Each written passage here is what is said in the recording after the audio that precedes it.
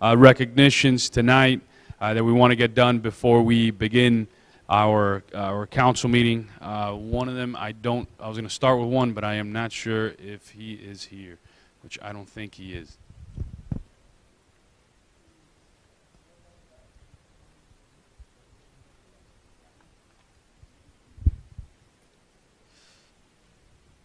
So I want to call up the members of the Economic Development Committee for the Town of Miami Lakes. I want to call up all the current members of the Town of Miami Lakes Economic Development Committee.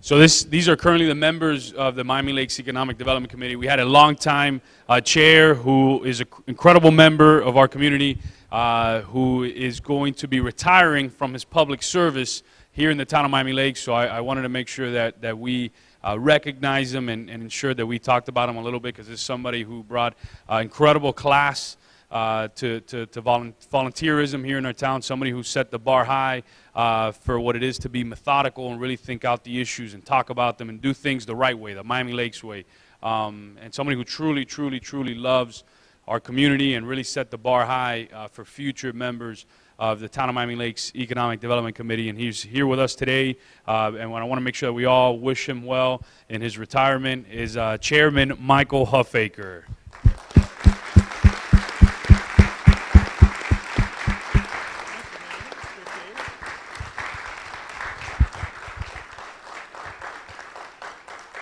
He also served in a very difficult position as a member of our manager selection committee, which we all know that was an interesting and tough process. It was the first time we ever did that, and he was one of those guiding figures that brought us to where we're at today. So I really appreciate that. I know I want you to say a couple words, because really what you've done for our communities and set that bar high, I think, is phenomenal, and I think it needs to be recognized, and we'll do that tonight. And I'll pass it on to some of the members who I'm sure are going to want to speak about your leadership. And Mara, I don't know if you want to join? She should join us. Of course.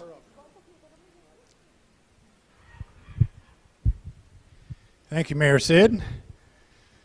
So I want to take just a moment to reflect on how I got to this exalted position on the Economic Development Committee. About 11 years ago, I opened my business here in Miami Lakes, an employment agency, and I thought I should know what's going on in the town, and I'd heard about this Economic Development Committee. So I looked up the schedule, I went and sat where they have the public sit, and I did that for probably 3 years, just being there in the audience, listening to what was going on. And there was a vacancy on the committee, and the then mayor was contemplating what he was going to do with this vacancy. And I need to embarrass her just a little bit. Carol Wiley said, she pointed at me and she said, "Mike's here at every meeting anyway. Why don't you just put him on the committee?" So that's how I got started. And after serving about 7 years on the committee, one December meeting, I had the flu and I missed the meeting, and that's when I got elected chairperson. And then I did serve as chair for 3 years, and I have to say it's been a great experience for me. My wife and I, Gwendolyn, have lived here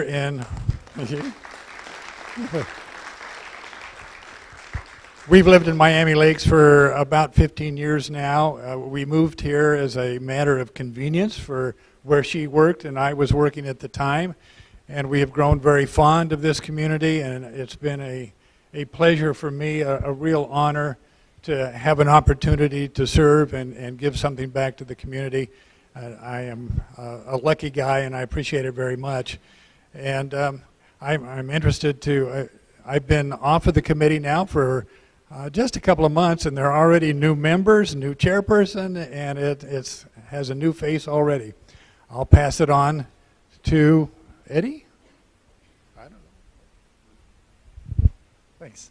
I have the honor of being the chair of the Economic Development Committee now, and I have big shoes to fill. I've heard a lot of great things. I know Mike. He's actually a neighbor of mine. I've seen a lot of the great things the Economic Development Committee has done, which inspired me to become, part of this committee. Well, Mike, I've known you for a couple of years, and it's been a real pleasure working with you. You've done a really good professional job, and wish you well. And like I said before, you look younger since you got off the committee, okay? All right? I want to thank Mike for being the leader of our committee. He's efficient, he's brief, and he's effective. And we can't ask for more than that. Thank you very much, Mike. Yeah, I'll agree to that. And he's also a friend, which is nice to have around these days. So again, thank you for joining us and keeping us going and doing a great job. So hang in there, old pal. Hi there. My name is Jose, and I was actually nominated on the committee to fill in Michael's shoes, so I just really hope I don't mess that up. And thank you for your service, Michael. Truly appreciate it. I want to thank Michael. He got me into the committee just about 3 or 4 months ago, but I really appreciate it. You got me interested in this, and I will always be thankful. Mike, you did a great job. Very thankful that you were there. I'm glad that I voted you as chair when you stepped out of the room that day. So I'm just very happy for you and wish you well.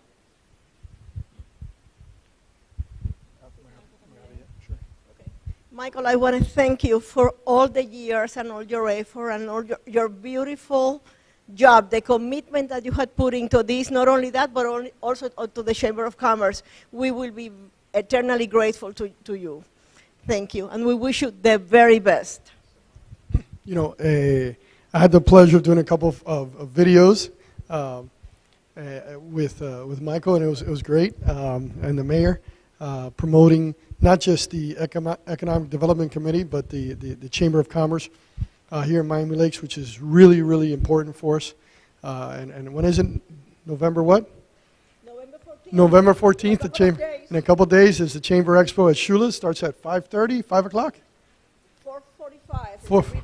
The ribbon cutting's at 4:45. So make sure you're at Shula's Grand Ballroom on the 14th. It's a really, really important thing for our Chamber of Commerce. It's one of their biggest displays of bringing businesses together in Miami Lakes, and that's what Mike did. He led that economic drive. He participated with us in the last traffic summit. They were a co-host because that traffic detail is so important to business, right, and to economic development. So I thank you for that, for helping us host that and being a great partner in that. When we came to traffic and it came to movement of transportation, he was always there. So thank you, sir. Put your hands together for Mr. Michael Huffbaker. He's got a picture right in the middle.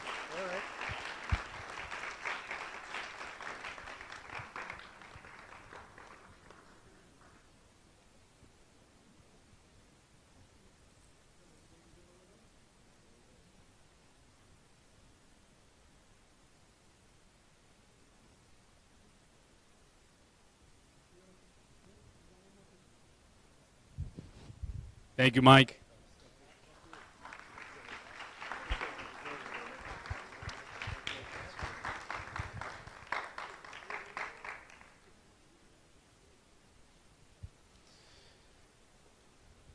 So recently we had the State of the Town address, and it wouldn't be possible if it wasn't for many, many of the folks who participated, who've donated, who brought an incredible choir out here who did a great job. So I really wanted to thank those folks today and invite them up here. The first one, I wanted to call up Mara Falero from Jetstream Financial, because Mara told me from the beginning, as long as you're here, we got the State of the Town, I'm in, and I'm sponsoring it. So thank you, Mara. I know this is the third year in a row, so one of the folks I wanted to bring up.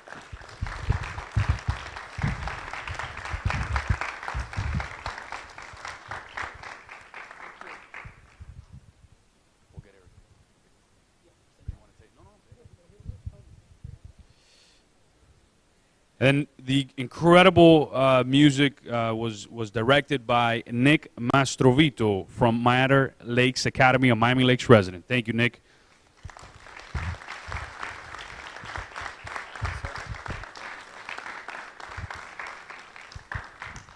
Is Gaucho's here? Is Eddie here with us? No. He's not here, but thank you. You got to go check out Gauchos. They're incredible.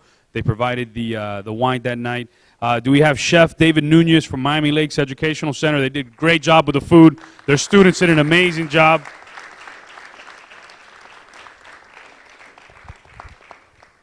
You all did a great job. Thank you very much for sponsoring this year. I don't know if anybody wants to say any words. If you guys want to speak, no? Okay. Just wanted to make sure. But we'll get a picture. I really wanted to thank you guys for sponsoring, being part of the State of the Town. I think it continues to set the bar high. You're all great Miami Lakers and folks who invest in our community. So thank you very much. Thank you. Thank you, man.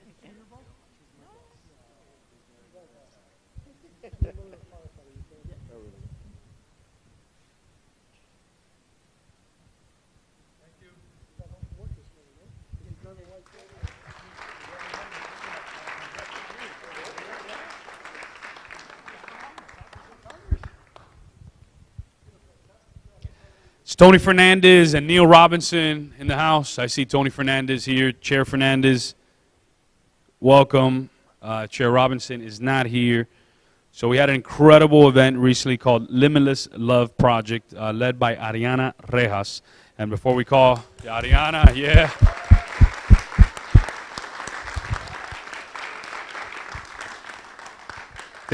She did an amazing job. She was the one that brought this to my attention. It goes to a great cause, and I know I'll hand over the mic now so you can talk about the cause, where everything went, how everything went, and then we'll go and present the recognitions to the entire group. So thank you, Ariana. Okay. Good evening, everyone. So I just wanted to thank everyone, Tony Fernandez, Neil Robinson, everyone who helped me in this event. Basically, what I did was gather musicians from all over Miami, and I got them to play a benefit concert for the children, the immigrant shelter in the Nora Sandiego Children Foundation in Homestead.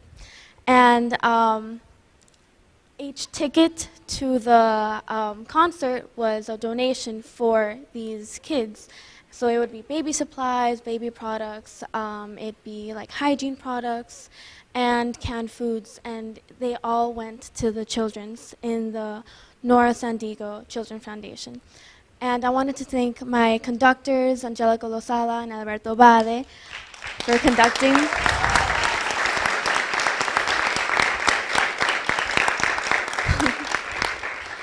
And all my other friends who helped. They were amazing musicians, and it was a really fun night. I hope I could do another one soon. So thank you.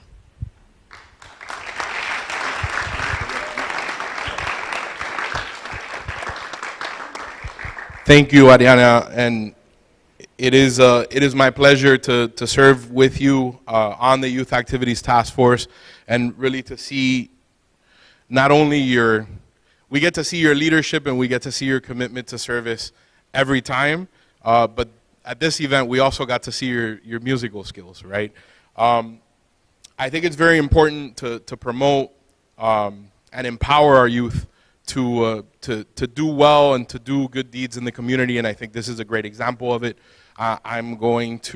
So it is my pleasure to present the first certificate of recognition to Miss Ariana Rejas. Let's give her a hand.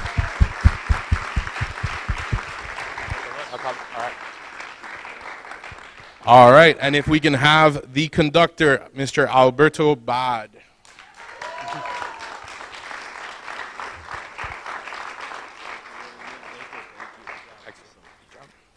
All right, we also have the co-conductor, Miss Angelica Lozada.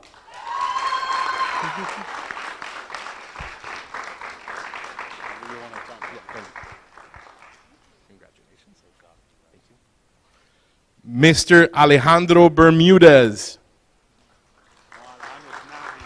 Alejandro is not here. We will save that one for him. All right, Miss Merenis Paulina. Come on up. And so these are our talented musicians, guys.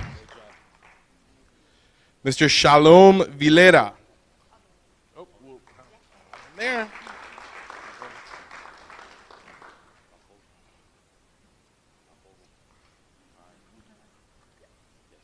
All right, Miss Lorraine Lopez.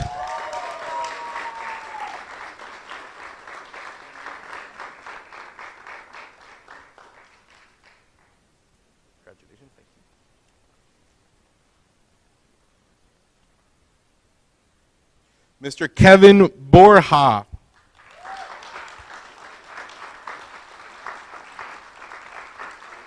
Thank you so much.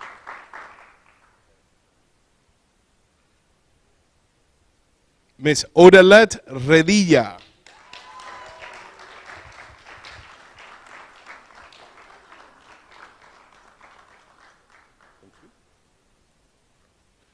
Giacomo Nagaro.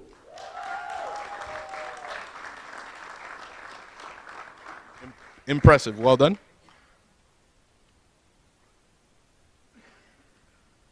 Mr. Gianluca Nagaro.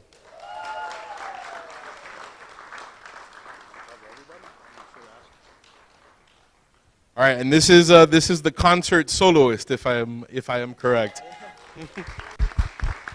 All right, I just want to make sure we didn't miss anybody. No, we're good. All right, thank you guys for making that event absolutely phenomenal.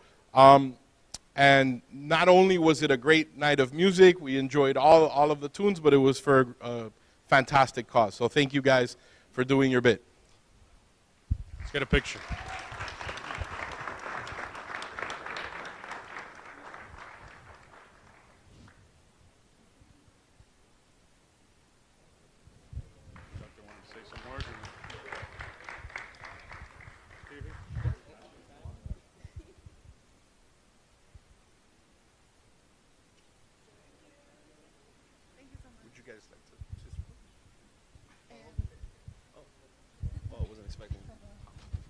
Well, good evening, everyone. All I have to say is I'm so proud of my student, Ariana Rejas.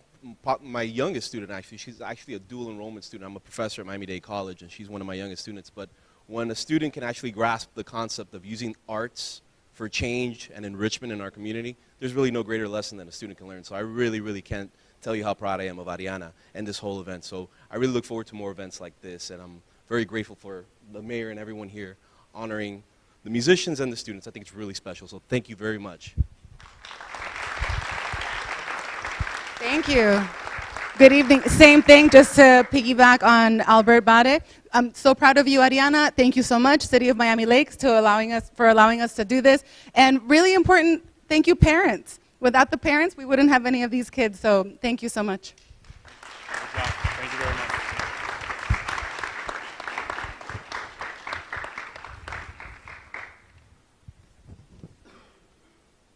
And this month is Movember.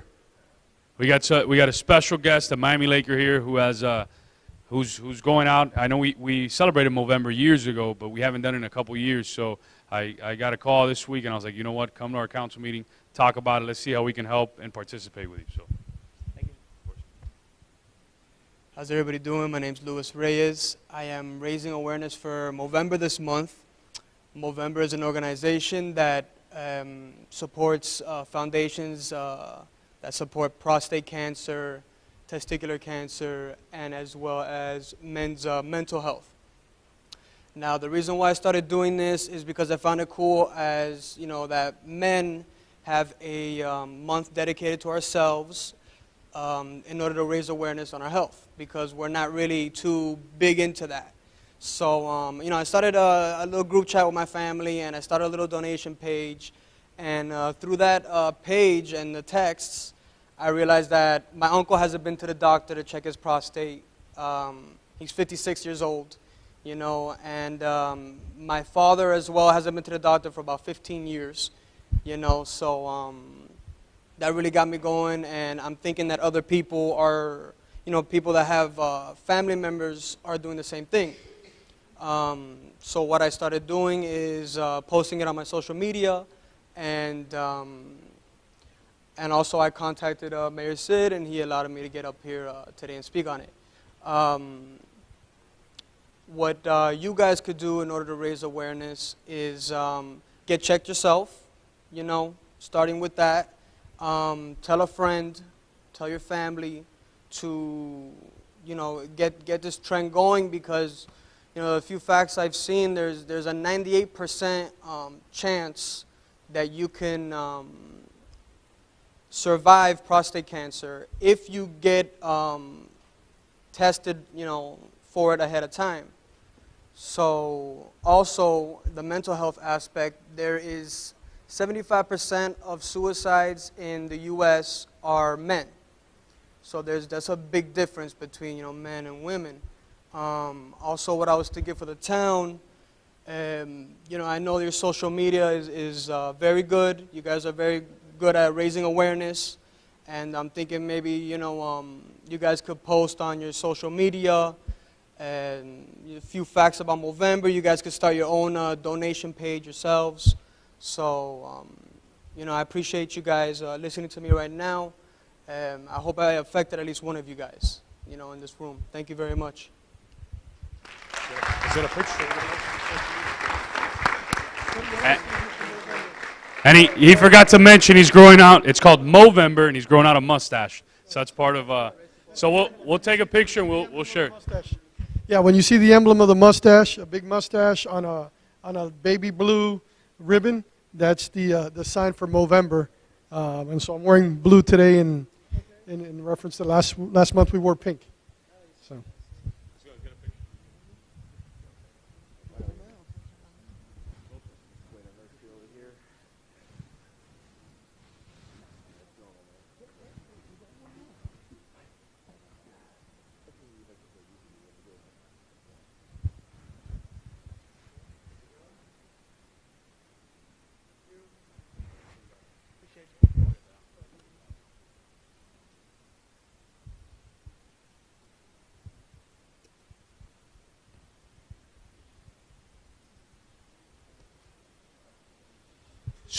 So we've, in the town of Miami Lakes, we're pretty consistent about certain things. And one thing that's been very consistent in our town's history has been our building department, right? We've had, our building official has been here for a long time. You've pulled a fence for a permit for anything, that is the person who ultimately has to sign off. And I'll tell you this, one thing that's going to be, that we always really appreciate is that while you hear of all these horror stories around the nation about building departments or whatnot, you don't hear that about here in the town of Miami Lakes in terms of the consistency. I mean, this gentleman treats from, you come in and you're building a 100-unit building to building a driveway. He treats everybody the same, and I think that is unique, and he's very, very meticulous. I know some folks might get frustrated, but I'll tell you this, when they pass that final, they see why he did what he does every day to protect your interest. And to protect the people's interest in the town and your interest. I mean, you're hiring a contractor, sometimes you don't even know who they are. So really the arbiter there of the truth is our building department, who protects the people's interest every single day. And this person has done an incredible job in the town of Miami Lakes. Unfortunately, this individual is going to be moving on to the same job in another city. So we're going to miss him dearly because he's been incredibly consistent. He's done an incredible job. He's a man of high character, high morals, and somebody who I think those shoes are going to be very difficult to fill. And I wanted to call up Mr. Eliezer Palacios here. Come on up, Eli.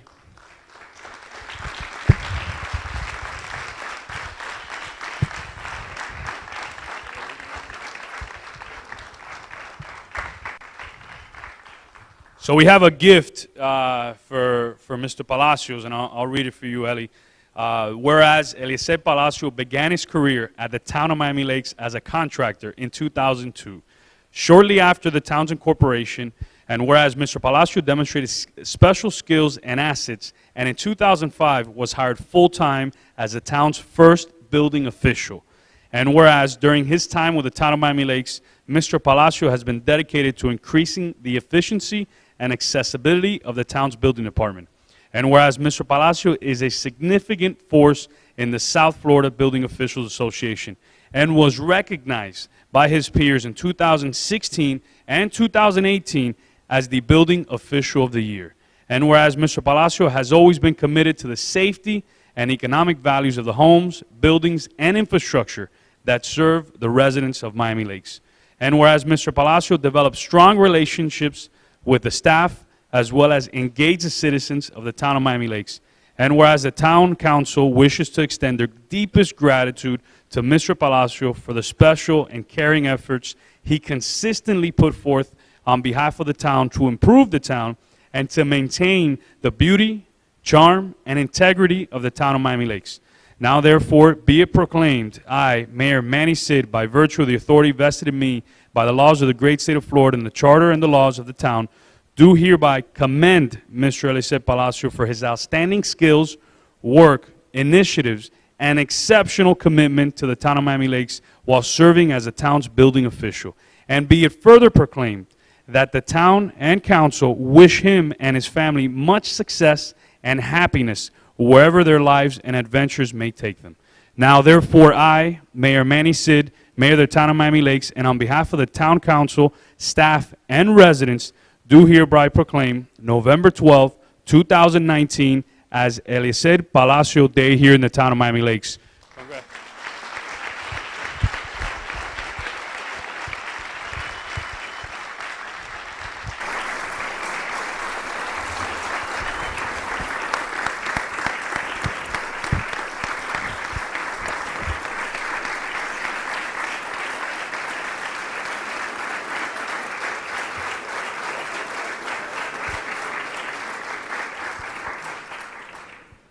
Thank you very much. It's not, I don't believe I deserve it, but I've been here that long.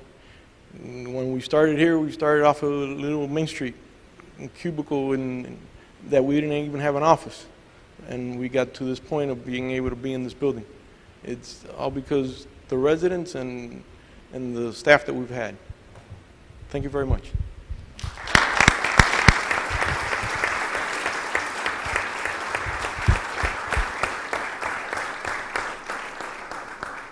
Building department staff, town staff, let's all join in on the picture for Ellie.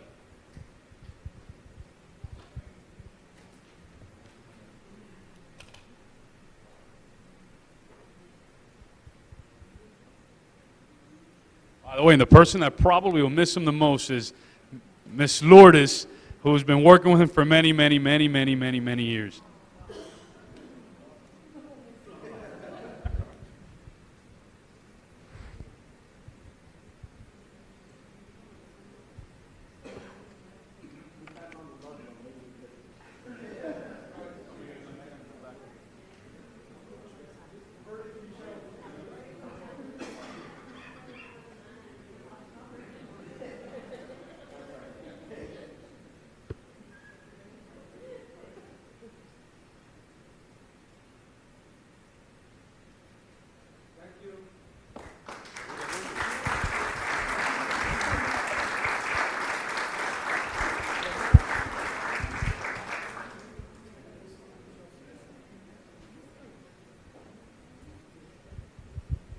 Ellie, you'll be missed, man. We love you and we wish you and your family all the best. God bless, brother.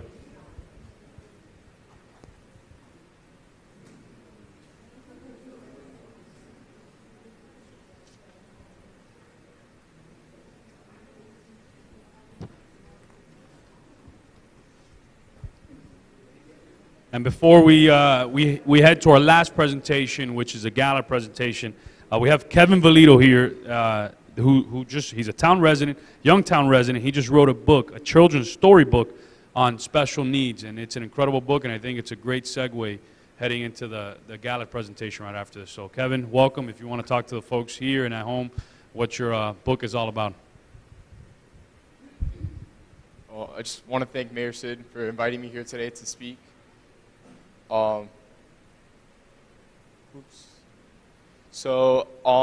In essence, as Mayor Sid said, I was born and raised in Miami Lakes. I call this town my home. And I went to school here, and I've had a really positive experience in this town. And today I want to share to you one part of my journey, one part of my aspect. So what I did was, I'm an author of a storybook for children. And the idea that it's based on is the idea of inclusion and having inclusion in everyday life. And especially in the scope with children. So the title of my book is Know Me for My Ability, Not My Disability. And I'll go into the next slide. So the background and inspiration for this book is probably one of the most impacting parts on me and myself, and what inspired me to actually decide to sit down, write, and publish a storybook officially.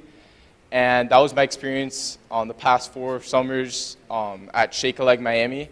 And basically, it's a summer camp in the Grove that essentially deals with having an inclusive environment for all children, regardless of what background you come from, socioeconomic background, what disability you may have, what different types of ability each child has. Everyone's invited and everyone's brought to this inclusive environment, and I think it's something really beautiful that Shake a Leg has to offer. So the reason I decided to write this book was because I felt that more often than not, I felt the beauty of Shake a Leg within the walls of Shake a Leg, but at the end of the day, I felt that sometimes when I went home, this message and this idea didn't leave the walls of Shake a Leg. It was there with those children at that moment, but at the end of the day, it didn't necessarily move on to other people. And I wanted this message to be something that could be seen by people all over the world and people all over in our local community so that they can learn more about inclusion. So these are just a couple pictures that I have of me at Shake a Leg with some of the campers as well. And what Shake a Leg does is essentially we work together with these children. For many of you that don't know, that we work together in an aquatic environment. So we take these kids swimming, sailing, we take them to a sandbar, we play with them, we do arts and crafts, and most of it is based on the idea that everyone has their own unique ability, and with your own unique abilities, you can do as much as any other kid can. And then here I have some more pictures of me participating, going out on the water, sailing, and doing a music course with the kids as well, and participating with them. So the main thing that Shake a Leg taught me was to speak up and do something about what I saw and the message that I heard there. So that's when I decided to write my own storybook, and I'm now published on Author House, Amazon, and Barnes & Noble. I have my own website, and I'm currently selling the books and trying to raise money with the books to give back to Shake a Leg so that they can offer more opportunities to more children and to give essentially back to the community. And at the end of the day, I wanted not so much the book to be taught to young kids so that they can learn inclusion at a young age, but for the message of inclusion to be spread to all people so that we can learn that in everyday life, it's something that we need, because at the end of the day, we're all beautifully unique in our own way. And that's the book today.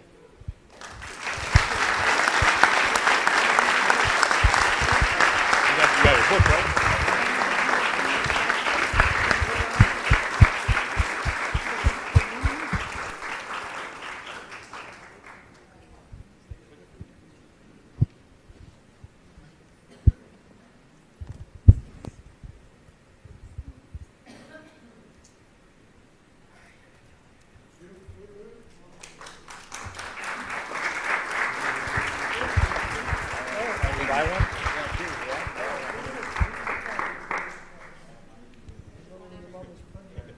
So he does have some of his books here tonight. I know he's going to be giving some away. I know somebody's already going to buy one too. So Kevin's right up here. Thank you for inspiring us and doing such great work in our community, Kevin, especially being a product of our town. Free little library at Picnic Park West. I'm going to buy one now and put it at the Free Little Library at Picnic Park West. So. You know, this is he comes from an amazing family that gives back all the time. So if you don't know about the Velitos, do some research. The family is always giving to the community. His cousin is always doing stuff for us here in Miami Lakes. And now we have Kevin. But I've known the family for a long time, way before you were born. But they're an amazing group of people, and we thank all the Velitos, and thank you for writing this book. Thank you, Kev.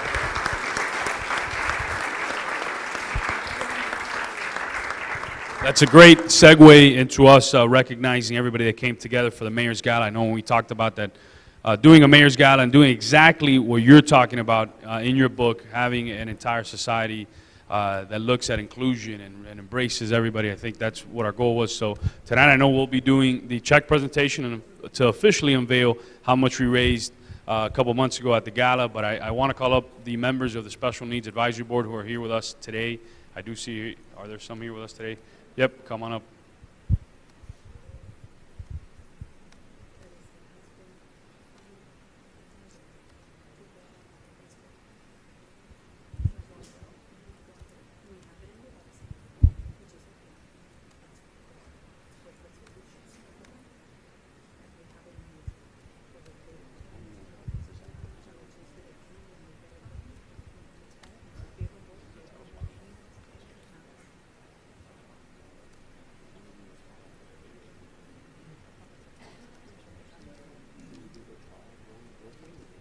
Good evening, everyone.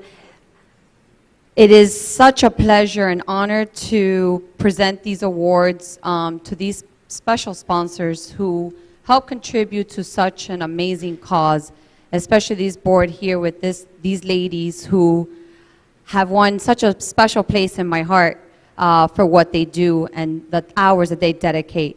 So please know that what you've done for this gala is incredibly forever indebted to us, and we're forever grateful. So here we go.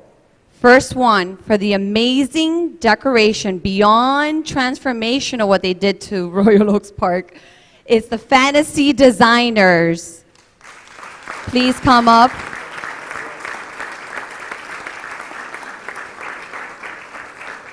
This one definitely made the night extra fun. Bacardi. Bacardi? Okay, Bacardi doesn't send anybody, but we had a great time with that. Hatui beer. Hatui beer. That also definitely was a fun night. Anybody? No? Oh, this is a big one, yeah. I didn't stop eating all night. Sergio's! Come on up, Sergio's. Anybody up? It was delicious. Oh, and this one kept us surviving the Bacardi. Bustelo Cafe?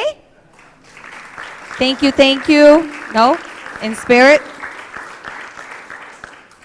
Our amazing friend, George Lasso. Yes, George. For the entertainment. For the beautiful, talented Glenda Anders. George, Glenda? No? Okay. Salsazón. Oh, también. He takes them all. Thank you all. Next. Yeah, great. Oliva Cigars. No. Stratwell Real Estate. Eddie. Thank you. Thank you, Eddie. Light FX Pros.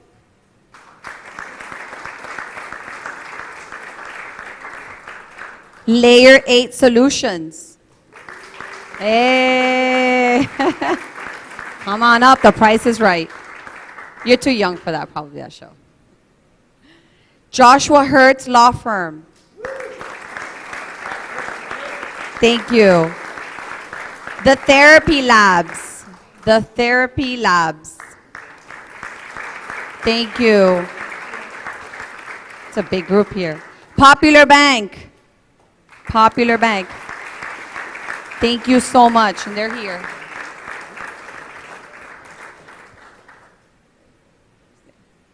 Miami Luxury Auto Rent. Thank you. Ana Mendez University.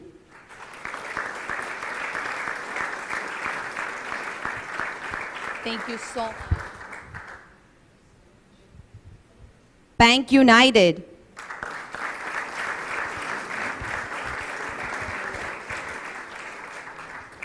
Miami Lakes Auto Mall.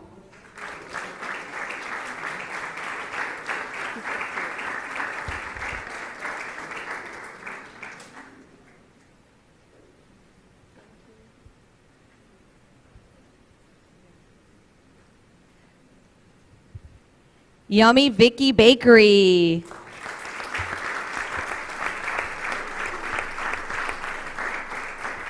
Sharp Insurance.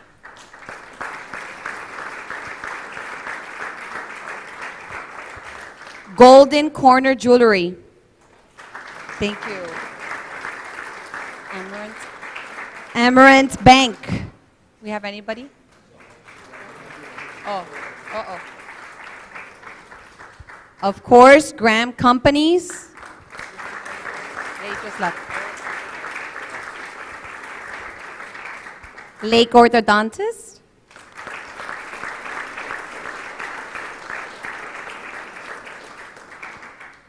Tower Pest Control.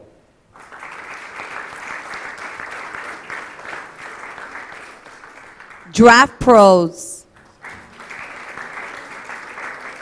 Okay, attorney. Body for Yoga.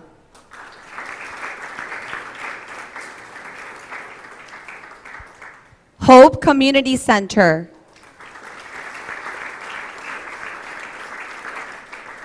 Commissioner Esteban Bovo Jr.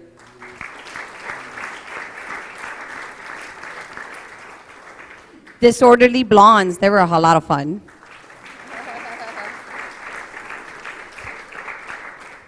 Lucy Lopez from Power 96.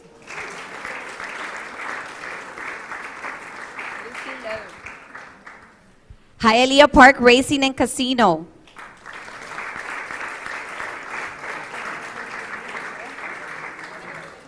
Miami-Dade Firefighter Local 1403.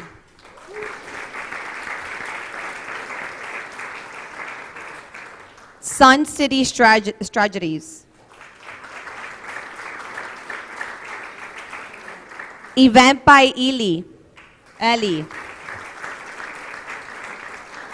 Uh-oh. Miami Marlins. Woo.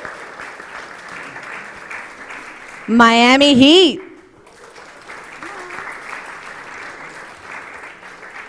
Miami Dolphins. And last but not least, Florida Panthers. So before we unveil the check, we get the committee and everybody to come help unveil the check.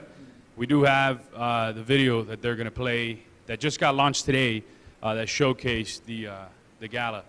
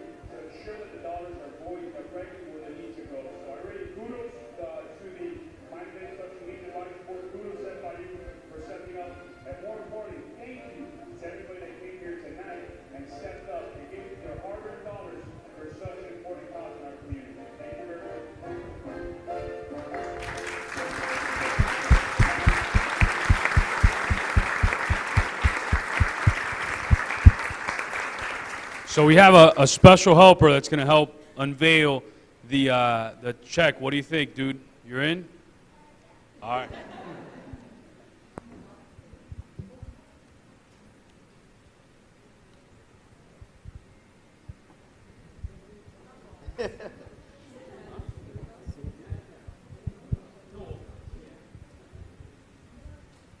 Marilyn, you want to say a couple words?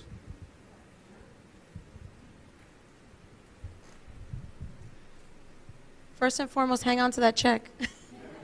Thank you so much, everyone. We are very excited to have you, most of you, back for the second year. These are sponsors that come out and support us year after year, event after event. We could not make this possible without you. The ladies of the Special Needs Advisory Board, and there's a gentleman that I always forget as well, have been amazing at making this dream a reality.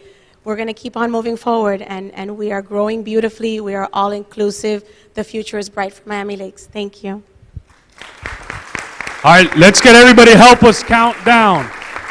We're going to count down from 3. Let's get ready. Let's get everybody. 3, 2, 1. Yeah.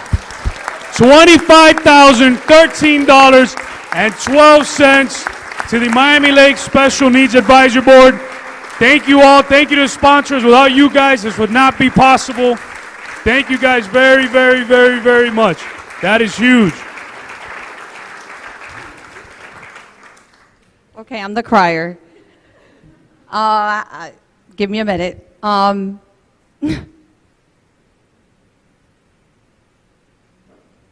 This means a lot to us. Thank you so much. This has been a dream, I think, for a lot of us. And I was born and raised in this area too, even though I'm old. Miami Lakes is older than me. I've always dreamed of a lot of the plans that we have and goals that this board has. So I'm beyond honored to serve as a chairperson and receive these funds. I'm completely blown away. I was way under that. Even though it was amazing, for some reason you kind of just set yourself up like that.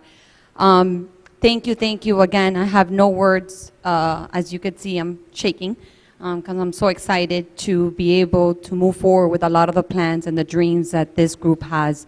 They're big plans, bigger than us. I say it every time, and it looks like something up there really wants us to move forward with that, with these funds. So thank you again, and thank you for being here tonight and staying for this presentation as well. It means so much to us. I don't know if you guys want to say something. I'm kind of a hogger of the mic, but you want to say anything? No, you're shy. Just say thank you. Thank you. Thank you, everyone. Well, don't go anywhere. Let's get a group picture. So this can go in the Miami Laker. It'll be a nice thing. Let's get council if you guys want to stand behind. So I don't think there's enough.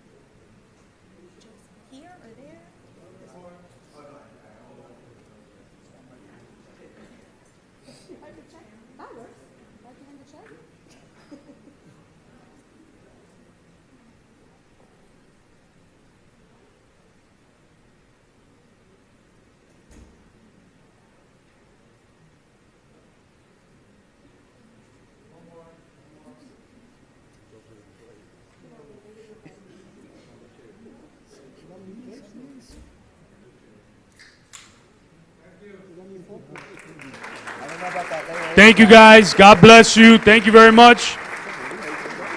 And 2020 will be even more amazing. Yeah, you can take the check. I think you can take it to the bank. Well,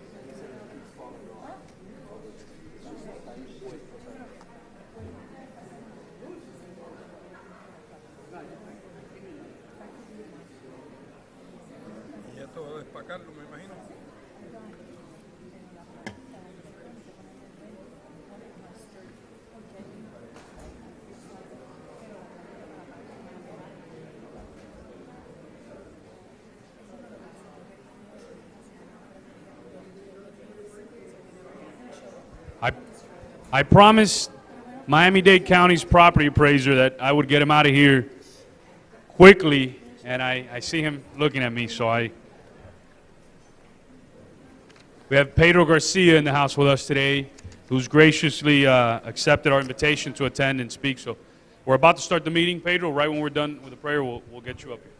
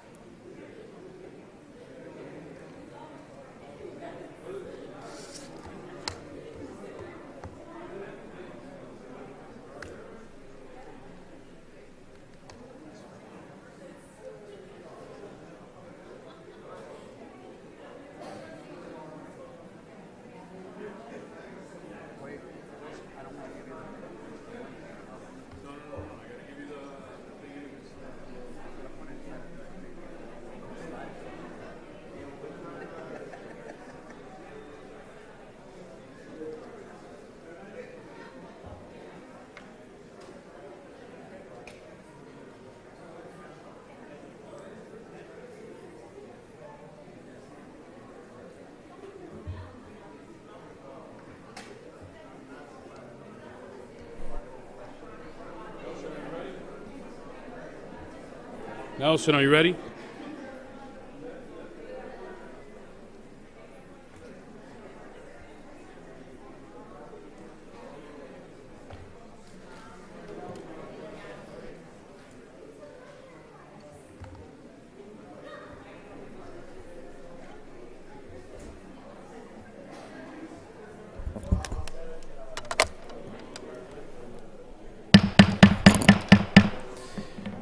Madam Clerk, let's call this meeting to order. Madam Clerk, please call the roll. Councilmember Collazo. Present. Councilmember Diegues. Here. Councilmember Rodriguez. Present. Councilmember Ruano. She's here, so she stepped out for a second, but I'll recognize her when she gets back. Councilmember Alvarez is not joining us physically, but he will join us later tonight via conference call. Vice Mayor Rodriguez. They're here? Huh? Oh, yes. Okay. Vice I'm Mayor here, I'm Rodriguez. sorry. And Mayor Sid. Present. Mayor, you have quorum. Thank you, Madam Clerk. Let's all rise for the moment of silence, actually the prayer led by Miami Laker Richard Hubbard.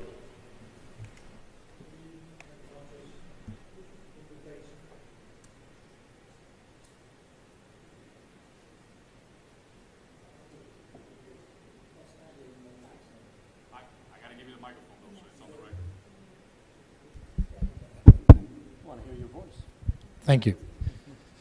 Good evening. I just wanted to mention my name is Robert Hubbard. I'm a proud 24-year resident of Miami Lakes, and very blessed and fortunate. Mayor Sid and Mr. Sosa invited me tonight for the invocation. If we could be mindful. Dear Lord, you have acted in time and history for your people. Today we ask for your nearness to help, direct, and protect all that we undertake here at the town of Miami Lakes. Thank you for our mayor, vice mayor, town manager, and all council members and staff and administration and service. Help us to be kind and considerate in our treatment of others, and thereby honor you. As well, love and honor our families and friends. Father, we are mindful of all you have given and all you have done. So please give one thing more, a grateful heart. Amen. Thank you, Robert. Really appreciate that. Let's remain standing for the presentation of colors led by Boy Scouts Troop 566 from Miami Lakes. Troop 584 from Miami Lakes.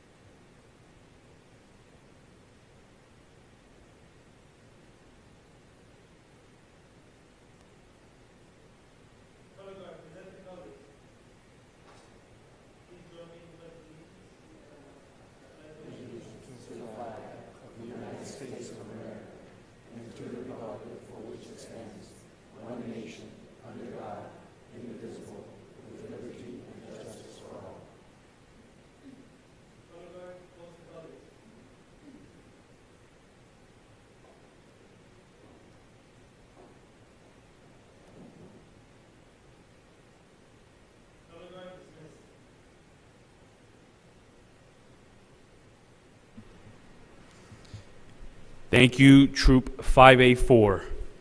You may be seated. We also have our Better You Minute by Ariel Fernandez. Welcome, Ariel. Thank you, Mr. Mayor. It is an honor to once again address you, the council, your great staff, and the residents of the town that is growing beautifully, Miami Lakes. We've all had arguments or discussions where progress will never be made. We know we are right, and the other side knows they are right too. So what's a path forward? The truth is simpler than you think. Just agree to disagree. Sometimes finding common ground in discussion can be impossible. The longer the argument lasts, the more entrenched we become. We're not always right, but we believe we are. The other person believes the same. However, the end of the discussion must come, or we can ruin that relationship. Agreeing that we disagree allows for us to move forward and still respect each other. It also allows for us to cool down and realize whether we ourselves are right or not. So next time we're having what seems to be an endless discussion, let's agree to disagree. Thank you so very much for listening, and I invite you all to follow @BetterYouMinute on social media for daily mindfulness minutes.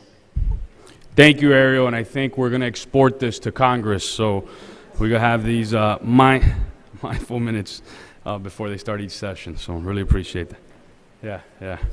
Madam Clerk. So we're going to have what we do every year in November when it's a year like today, that we're not having an election, in accordance to Section 2.2B of the Town Charter. I passed earlier the little ballots, what I call.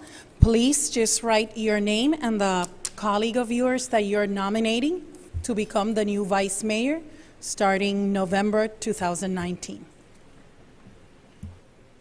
No, you put it on the, I just gave mine to the clerk.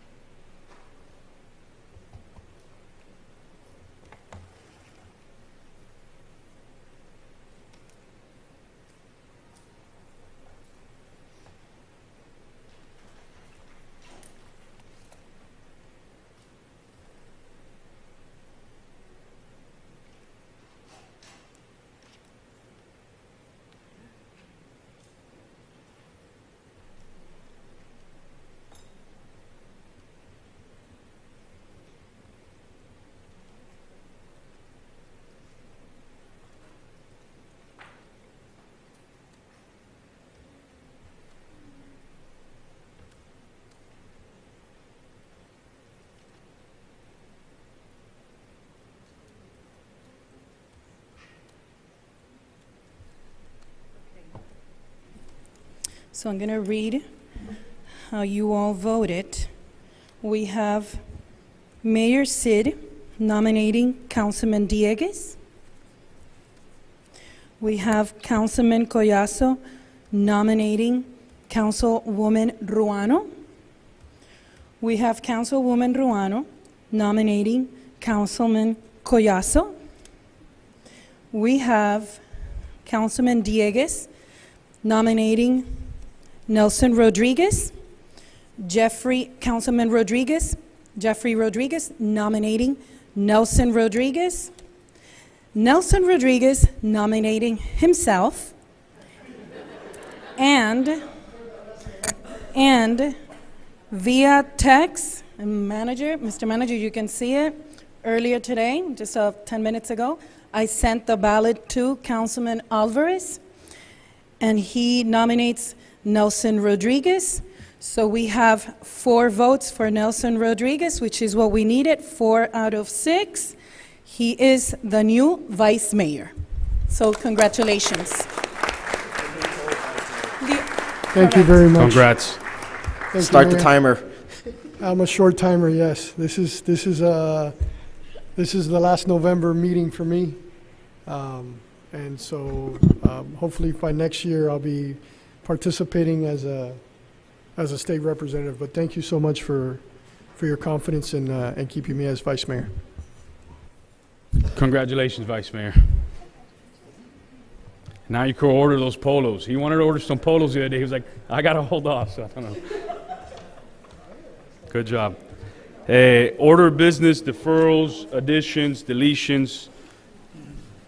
I do have some items that I want to move around. I actually, right before public comments, I want to add Pedro Garcia to do, our property appraiser who's here with us, to do his presentation before public comments. I had promised him we're going to get him out of here early, and I know we haven't been able to do that, so if everybody's okay, we'll do that. And I also wanted to move up after public comments the Royal Oaks issue, because I know they're all here today to right after public comments, and the Miami Lakes United Methodist Church Girl Scouts event to right under public comments. So that would be adding Pedro Garcia, our Miami-Dade County property appraiser, to speak right before public comments, right after the order of business.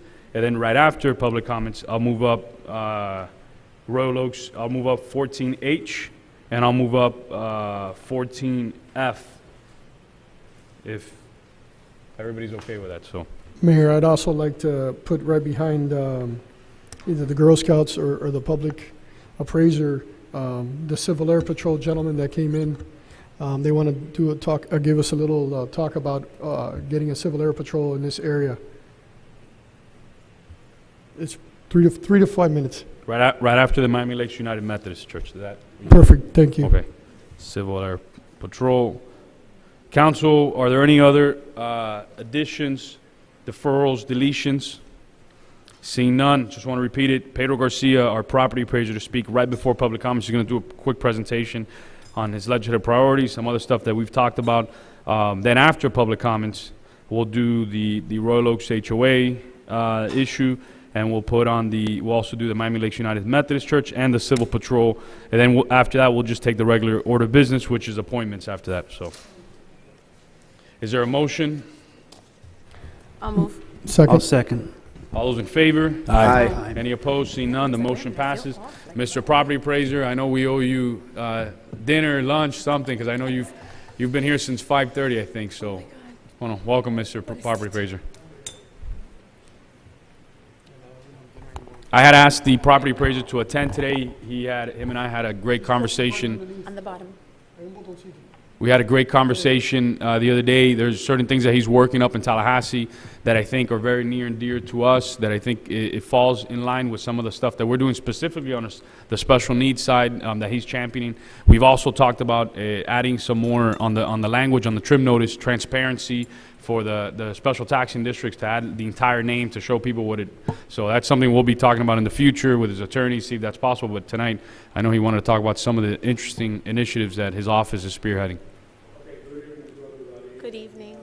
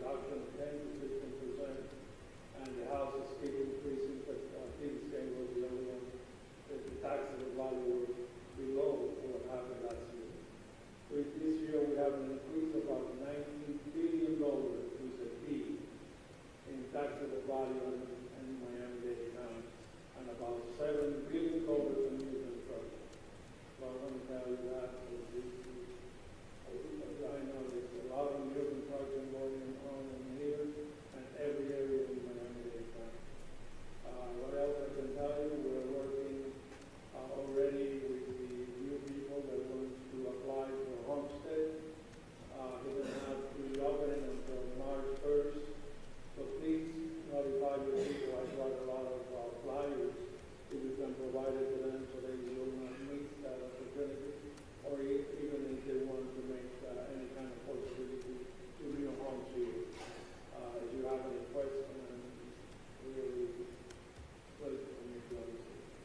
questions of our property appraiser? No, I Yes, just want to make one comment that I had a resident with an issue call me about an issue with her taxes, and we called the property appraisal's office. They immediately responded. It was too late for them to file, but the fact that they called back the residents, they went through the process, they're working with that resident. I thank you, sir, and I thank your office staff, because it's been, you know, everybody talks about government and red tape, and your staff immediately called the resident and is dealing with the issue. So that's the kind of reception that we want for our residents, and we thank you.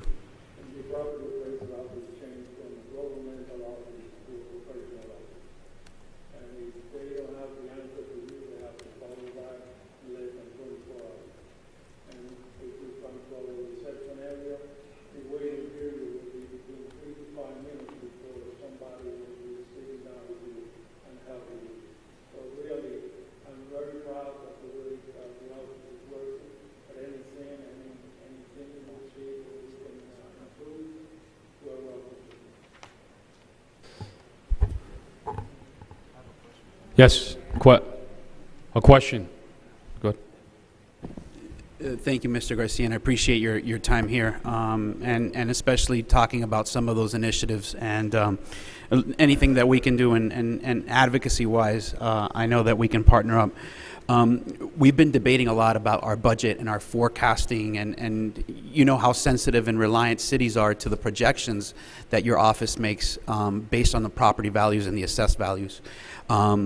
Forecasting is one of those tools that you know, if you had a crystal ball, right? If any of us had a crystal ball, we would really embrace that, right? Yeah. And going back to that, does your office use any mechanisms or economic tools to forecast what trends are going to be? Because I've been hearing about a downward trend. You know, be careful. There's eventually going to be some downward trending.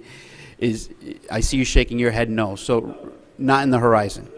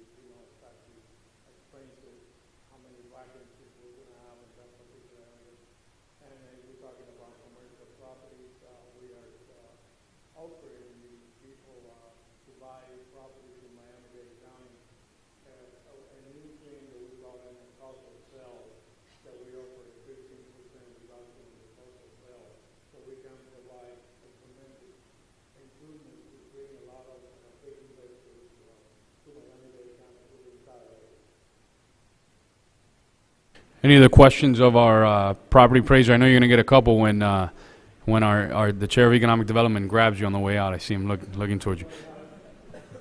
But we'll take a picture with you if you want to come up here. We go down there.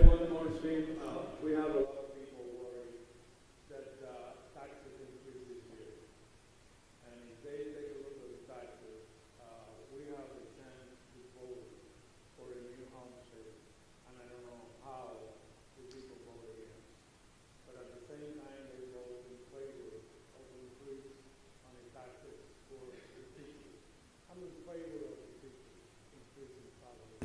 but I was not in favor to all that money coming from the taxpayers of Miami-Dade County.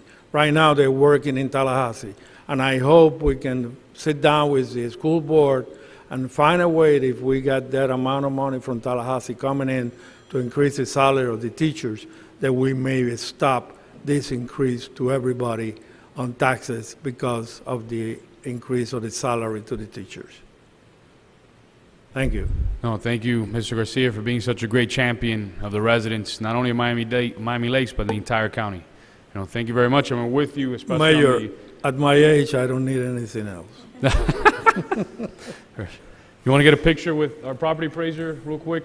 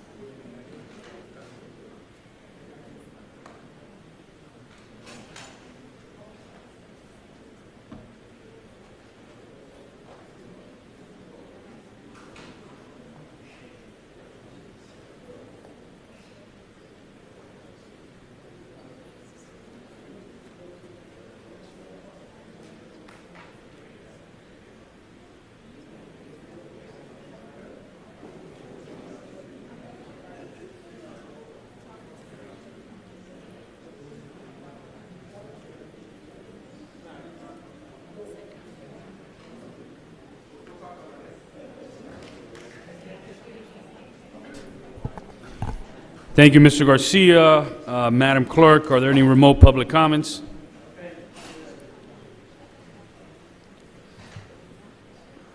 No. IT has informed me, no remote public comments. Thank you, Madam Clerk. Public comments, Madam Clerk?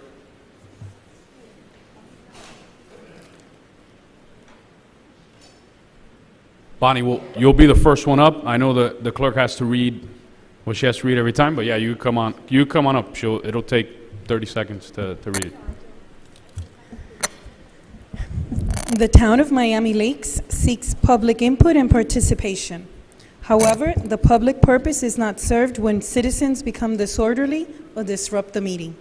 Any person making impertinent or slanderous remarks or who becomes boisterous while addressing the town council shall be barred from further audience before the council, unless permission to continue or again address the council is granted by the majority of the council members present.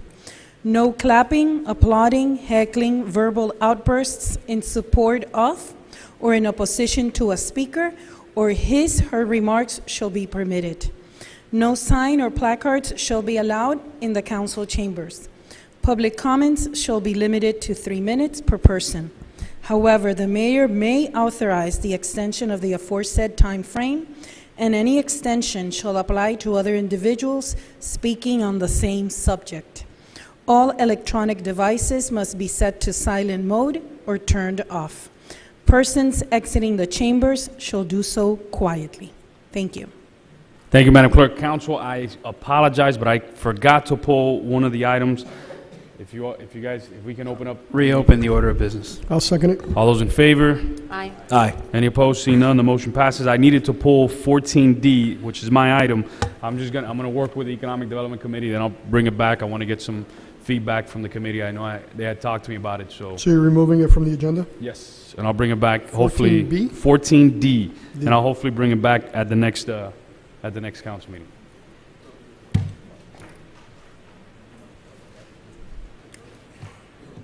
Well, yeah, so I literally talked to the chairman, so I'll be back.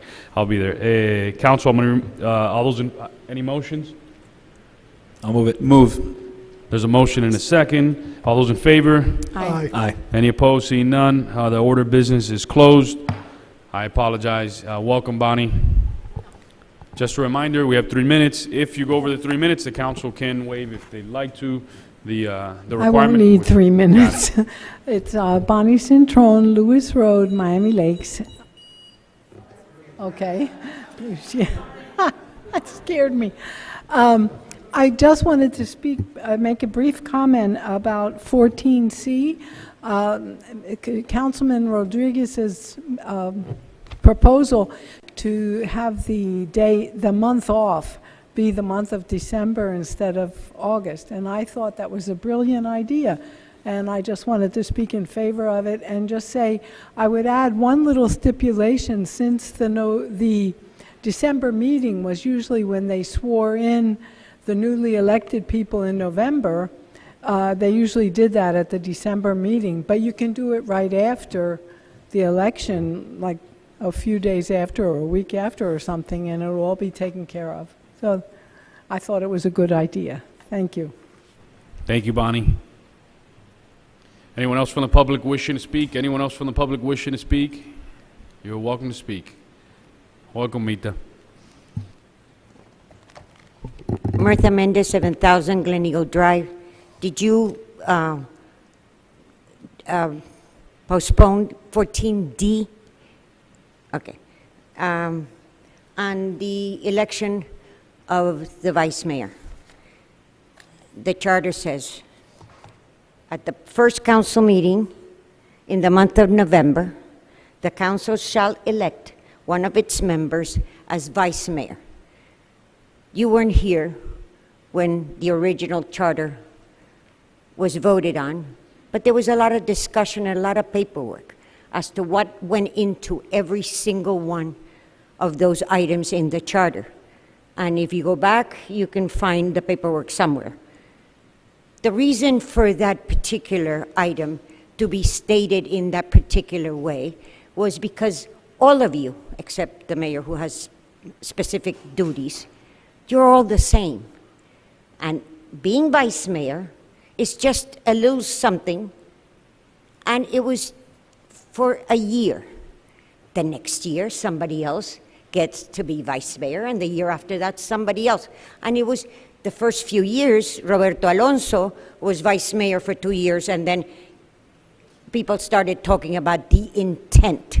And the intent was to rotate it, not to keep it in somebody's hands forever. So what you just did today was wrong. Next time, take a little history lesson and find out. Mr., nothing against you, Mr., it has nothing to do with you. It's just a matter that this should be rotated because all of you get a chance at it for a year, and then somebody else comes along. It's a matter of turning it over. It's not a permanent position, not like the mayor. Thank you, Mita. Anyone else from the public wishing to speak? Anyone else from the public wishing to speak?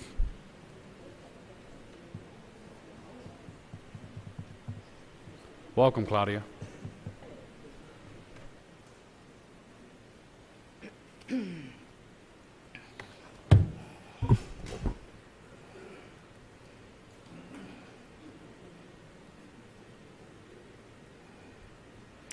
Okay.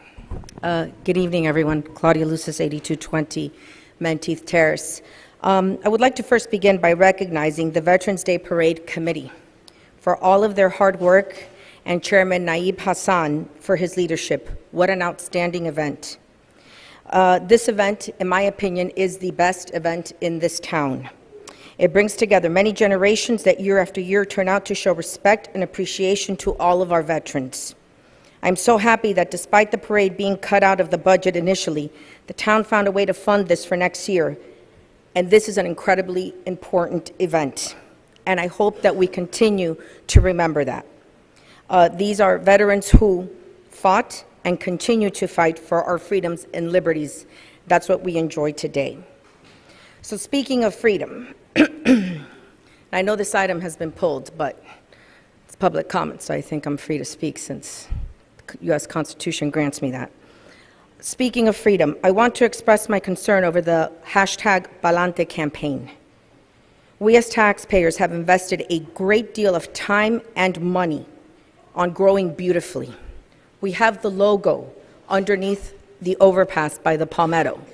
Could use some cleaning, could use some pressure cleaning, okay? But I think that this is where we need to kind of focus our efforts on.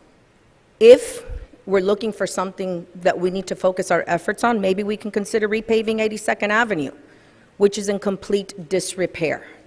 So I hope that when this item comes back, we remember what this town is about, how it's been branded, and how words can have a significant impact on this town and our property values. That being said, I think we need to continue pushing forward, growing beautifully, the way that we always have, and not reinvent the wheel. Thank you. Thank you, Claudia. Anyone else from the public wishing to speak? Anyone else from the public wishing to speak? Going once, going twice. Anyone else from the public wishing to speak? Sold. Public comments is closed.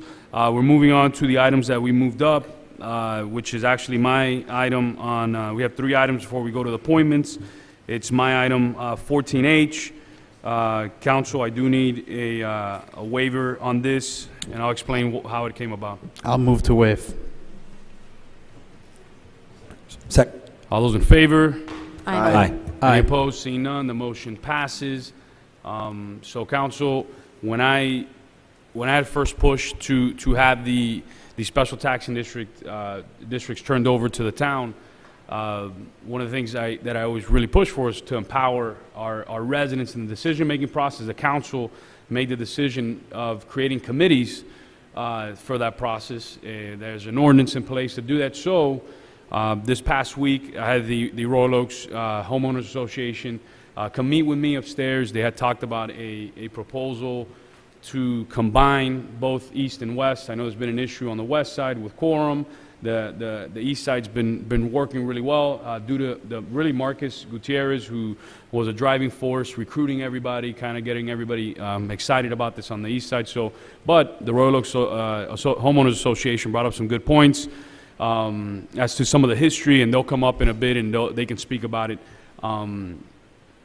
Where it would be nice to bring this back under one umbrella. The Homeowners Association represents more than 50% of that area, close to 40%, a little bit more than 40% is represented by non-association members. So the HOA said, hey, you know, maybe we do 4 board members that are from the association area and 3 that aren't from the association area. I go, look, whatever the residents want, I'm going to do. The Royal Oaks board proposed that. I put it on the agenda. I called Chair Gutierrez from that side, ran it by him. He said it would be a phenomenal decision. It would give them more of he believed, of negotiating power overall, over vendors, over everything, to be able to sit down and say, hey, we got 5, I believe it's 4 guard gates that is under one umbrella now instead of 2, and that gives them a better view to get better prices, to do a lot of things. And I think it's a great initiative, but it's really empowering the people to make the decision. So I told the Royal Oaks Homeowners Association, I'm in 120%. I spoke to Chair Gutierrez. He told me that it's a fantastic idea. So I put it on the agenda. It was an item that came to my attention after the agenda had gone out. So that's, well, the same day that the agenda was going out. So that's why I needed the waiver today. But it's something that came from the residents, from the people, and it's something that I'm going to be in full support. So to get the discussion going and to hear from the Royal Oaks Homeowners Association directly, who are here today, I want to make a motion to combine the Royal Oaks East and West special taxing district under one umbrella. I'm going to second. Council, we can go into discussion, or I know there's public comments on items. I know that the HOA is here. I don't know how you guys want to approach that. I know. Yeah, why don't we let them speak first, and then, that way we can hear their insight and go from there. Okay. Royal Oaks, you guys are all welcome. I was just wondering about that. My name is William You guys Garcia. gotta back them up at least. And no, come on, no. My name is William Garcia. I live at 16721 Northwest 78th Court, 78th Place. I've been a member of the Royal Oaks Homeowners Association for some time. Earlier this year, I joined the Special Taxing District, Royal Oaks East. Right. What I've seen is that it's very difficult if we have this many committees to agree on a decision. Currently, Royal Oaks owns 53%. I guess I should say of the not owns, but it's spread about across 53% of the homes in that community, right? In addition to that, there are two special taxing districts, the east and the west, right? We've been struggling to find quorum for the west, and we have one for the east. Right. What we're proposing is, as you mentioned earlier, not only to get better negotiating power with the vendors, also to streamline the decision-making process, right? We're hoping to have a single committee that runs both special taxing districts, and that committee we propose to be formed by 4 members of the Royal Oaks Homeowners Association. Not necessarily have to be the same board members that exist today. Any of the residents that are willing to volunteer are welcome to submit an application and join, right? And then in addition, 3 members that do not currently reside in the Royal Oaks Homeowners Association, for a total of 7. Right? That's our proposal. Again, it'll help us streamline all this decision-making process, hopefully reduce the political battles among different groups. Right? And the whole idea, Mr. Mayor, is to beautify the area, to enhance the community. I've been a resident here for 20 years, and that's something that I would like to do as I move into my golden years. So, any of my team members want to add anything? Thank you, Will. Homero Cruz, 8515 Northwest 169 Terrace. I came in late, sorry for that. Basically, how Will said, yeah, that's exactly what we're looking for. We're not asking for anything that we had in the past while the STD was controlled by the Dade County. So basically, 7 members. I think we spoke this morning, and we spoke about maybe increasing that to 9 members. Since the board has, the Royal Oaks Homeowner Association has 5 members, and I agree with that decision. It was a good move to have the 5 members of the Royal Oaks Homeowners Association on the STD, and then bring 4, 2 from the east and 2 from the west as part of the STD, and have everything under one umbrella. And it'll be faster to make decisions, and again, we understand that the STD is only a committee recommending things to you guys in the board. We don't make the final decision, so you guys still responsible for that. But thank you for the opportunity, and Marilyn, you too, and Luis Collazo, and obviously Mr. Mayor. Thank you. So council, if you guys have any questions of them, I mean, as you can see, this item is simply, from my perspective, just empowering the people, and I think that's the original intent of getting, transferring this to the town, and I think that's what they're asking for, and it's something that I'm in full support. Councilman Diegues. Thank you, Mr. Mayor. And just a quick question to whoever may have the answer to this, but did any of you, by any chance, reach out to members of the advisory board for Royal Oaks West, by any chance? No, we have not, but we heard from the east that they were having issues in meeting quorum and things like that, so we did not do that. Because again, we're asking, we will do that now since if we were able to have the new committee reestablished, but we were asking for the Royal Oaks Homeowner Association to have a saying on the STD as far as the homeowners association is concerned. We've been there for 30-something years before the STD and before the town became a town. So we're not asking for anything that it was not granted to us before. So, and you have something to add. If I may add, I've been a member of the STD East since February this year. We've looked at numerous projects. It is my understanding that the west side has not been able to get quorum. They don't have an official board yet, right? We're more than welcome to engage with them, but it's been told to us that the same decisions will be implementing on the east side will probably be rolled over to the west side, given the lack of a board right now. Thank you. I can help answer that question too. So a lot of the ones in the west, I had recruited, but a lot of them kind of gave up when there was issues with quorum. I mean, from Rene Rovirosa, Danny Poe Sr., Alex Waters. I mean, these are all folks who wanted, but they kind of like, when there was no quorum, you know, that was the issue. So none of them are really active anymore. They were willing to give back then, but they was a little bit of frustration when there wasn't any quorum, and they kind of, so I hope that answered your question. Councilwoman Fruano. Thank you, Mr. Mayor. Thank you to the Royal Oaks Association. I know that you guys have been working diligently for 2 years on this, and I know that it's been a long road. I have a couple of questions, and I actually addressed Mr. Danny Angel, and I had run these questions by him. I'm gonna walk you guys through them one by one. I wanted to know, and you guys are mentioning the 53%. Is that the accurate number of Royal Oaks, the houses that are within the HOA with regards to the entire area? It's 53%. Is that an accurate number? Or is that the way the Maria Barreto, GRS Management. Thank you, Maria. Also a Miami Lake resident. The Royal Oaks Association is 666 homes. There is about 10 of them that do not belong to the special taxing district.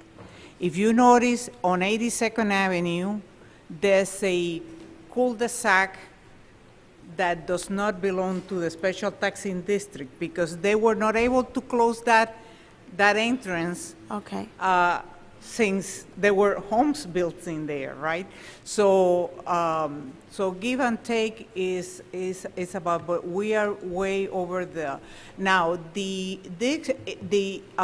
west side is a lot bigger than the east side. Okay, that's why you have different amounts on the different rates. On the rate. So my question was, and my question was with regards to the seats. Originally, it was going to be 4 seats for the Royal Oaks Association, 3 seats for but I wasn't sure if that was an accurate representation of the amount of homes that are not Royal Oaks versus those that are. Okay, I'm gonna tell you that I think the board was graciously giving the 4 seats for Royal Oaks, because if you read the documents call for the board of an association, whoever the association is. If there wouldn't been 2 homeowners association, it would be among those 2 homeowners association. So. Right. So what I was trying, my thought process was, if Royal Oaks is 60% or 70% or 80%. I don't know what the number is. It's 53, it's about 53%. But that's the accurate number of Royal Oaks homes versus none? Yeah, there's about 1,250 homes on the STD between east and west. Okay. And there's 666 homes on Royal Oaks.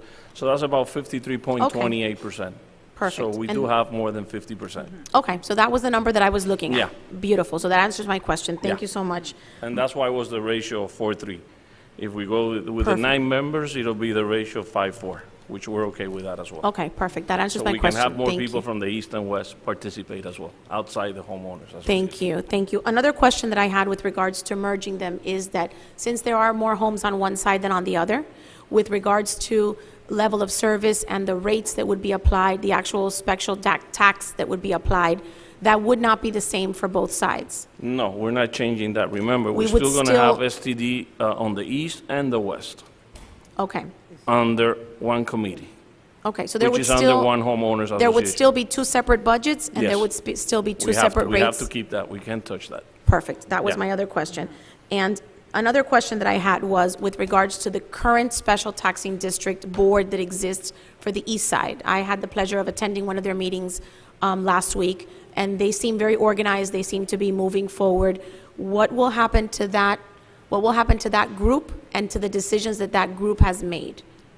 The mayor spoke with the chairperson, Marcos Gutierrez. Mm-hmm. He approached me as well. We're gaining one of the guys from the east on the Royal Oaks Homeowners Association, so Willie will stay. And then obviously they'll be able to keep two more guys now, Marcos and another person on the east. And we'll actually have to get two more guys from the west. Okay. Okay, so, but with regards to the decisions that have been made, will we now? We're going to have to go back now and look at it. With this new board, Right. we would go back and vote on Right. things again, Right.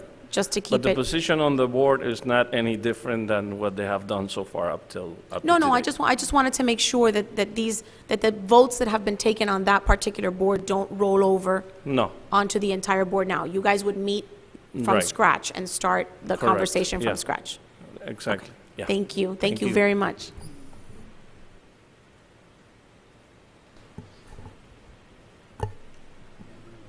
Councilman Collazo.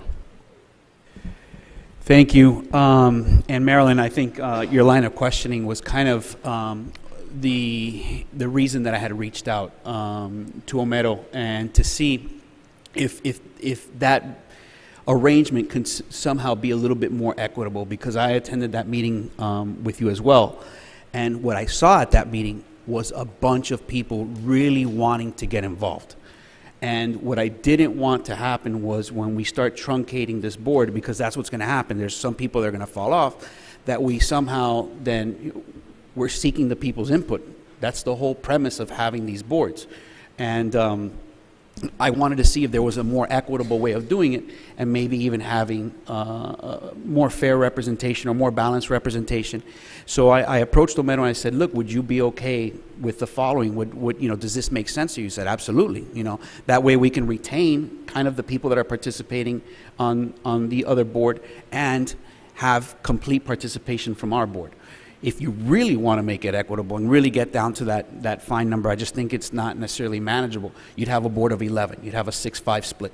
But really, you don't have a 7-person board, or your board consists of 5, correct? So it wasn't doable at that 6-5 split. So I suggested that, and they agreed to it. And I think that's a way that we keep those people, because the manager shared a list earlier today. You sent it out, and there was people that really wanted to give back. Hector Aleman. There was a bunch of people that really wanted to give back, and I didn't want to see those people get discouraged from participating, and I wanted to make sure that they had an opportunity. So could you walk me through, because we haven't spoken about that. Could you walk me through how we would, if we go with 5 and 4, how would we choose those 4 individuals that are from outside of the HOA? That's a good point. I mean, basically what we've done up to this point is whoever, I know the mayor said he's reached out to people individually, but up till now it's just who's ever wanted to serve, and kind of in the order that they've come in, right? But we got a list of, I think, 9. I didn't count exactly. I'm sorry, Mr. One.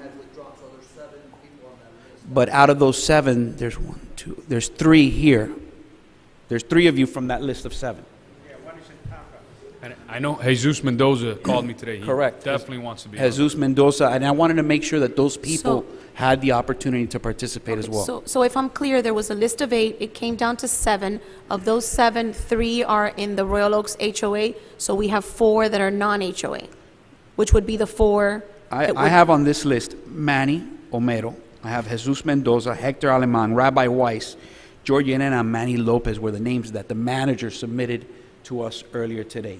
There was one individual that asked for their name to be removed. Okay. So I don't know if you want to kind of chop this up now, or... Right, I want to make sure that we don't leave anybody out, and I also want to make sure that the 4 individuals aren't from just east or west, that they're distributed evenly, that there's 2 from each side, if that, because I'm not sure, I believe that on the west side, the majority of the homes are Royal Oaks, versus the east side has a lot more non-Royal Oaks homes. So I'm not sure how we would split that up to be equitable. Maybe you stick with the 5-4 split, and you have 5 Royal Oaks, and then the 4 can be at large. But at large, I wouldn't want them all to be, for example, from the east or all from the west. No, I mean, that would ultimately come before this board. I mean, we would make that decision now. Do we know the makeup or the dichotomy of the list that you provided, if they're east or west? No, sir. Yeah, look, like I know Marcus, Javier Preyeso, Maybe. Anson Christensen, who are on the east, they want to continue serving. You want to go 11?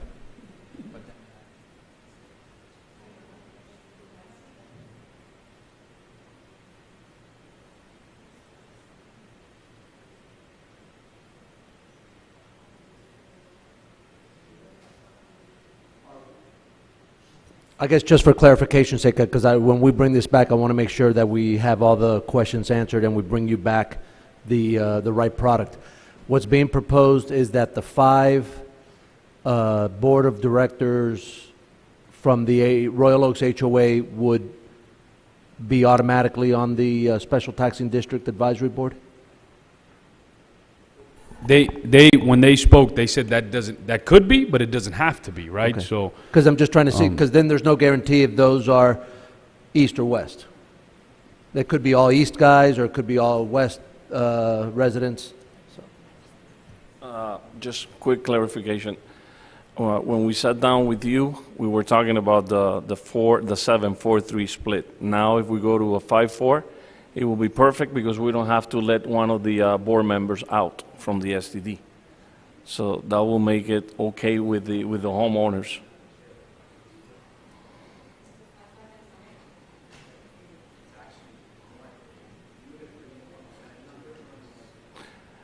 And then again, we'll be in compliance with the 5347, with the 5-4. The other suggestion, I mean, if we're going to really, I think this is beating it up too much. You can go 5-5, because if you really look at that number from a percentage, I think it's closer to almost a 50-50 split when you're talking about 53% versus 48%. You can do a 5-5 and then have the chair be, the swing vote, but then they wouldn't necessarily have or be guaranteed majority, and I think Right. that's kind of your concern, And right? that's what we were looking for. 5-4 was the closest I was able to And maybe get. perhaps one day everybody will be part of the Royal Oaks Homeowner Association. That's our dream. Yeah. It's not bad to dream. 5-4 was the closest I was able to get in discussion with you, Right. and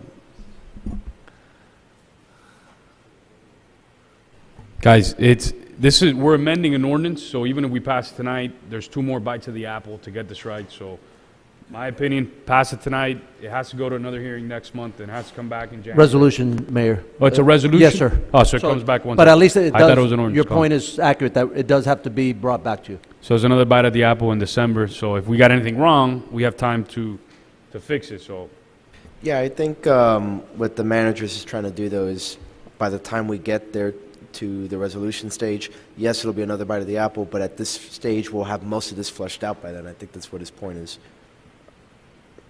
Right? And my concern for trying to make the board more representative of all the people that came back during that meeting where Marilyn and I were at that said, hey, we want to contribute somehow.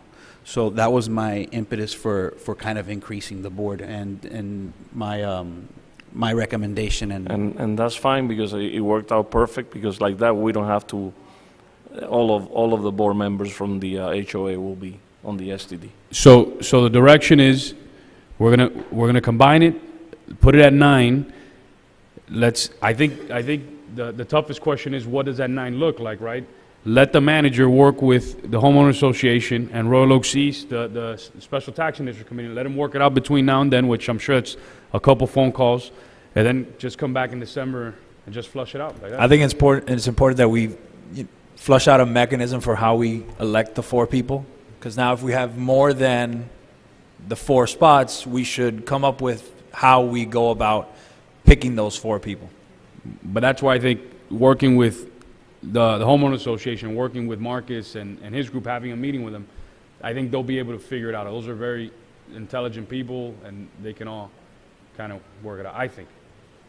Mr. Manager, is that sufficient direction? Yeah, I think if you're asking us to come back with a product that the big picture, the 30,000-foot view is that you want equal or equitable, not equal, but equitable distribution of HOA residents versus non-HOA residents, and an equitable distribution of West residents and East residents.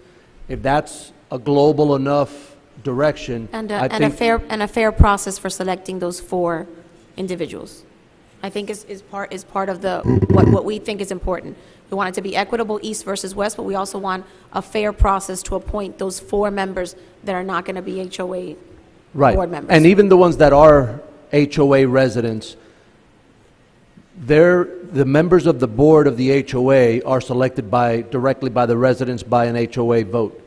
Ultimately, the members of the advisory committee are your appointments under the current system. It's under the Loch Lomond HOA. The HOA board is the advisory board.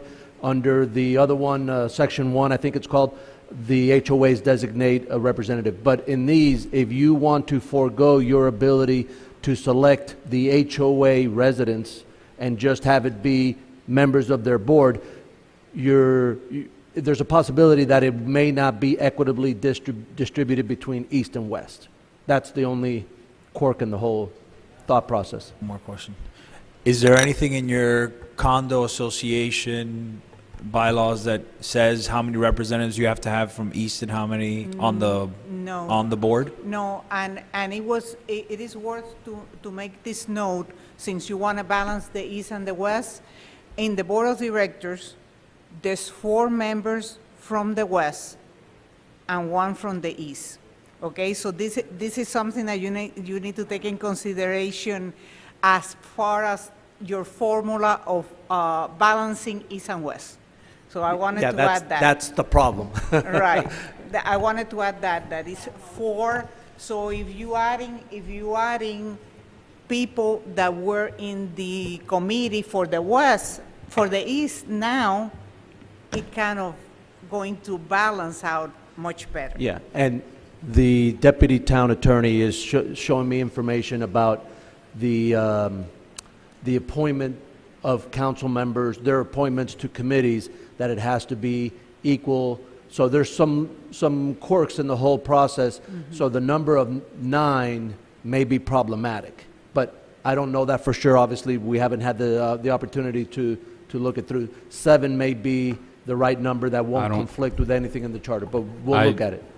I disagree, but we'll go from there. But yeah, as long as it's equitable, as long as you talk to the HOA and you speak to the folks on the east side on the special taxing committee, I'm sure you guys can work it out between now and then. So Yeah, I just want let us do the background. Let's look at the charter, make sure we're not in conflict with anything.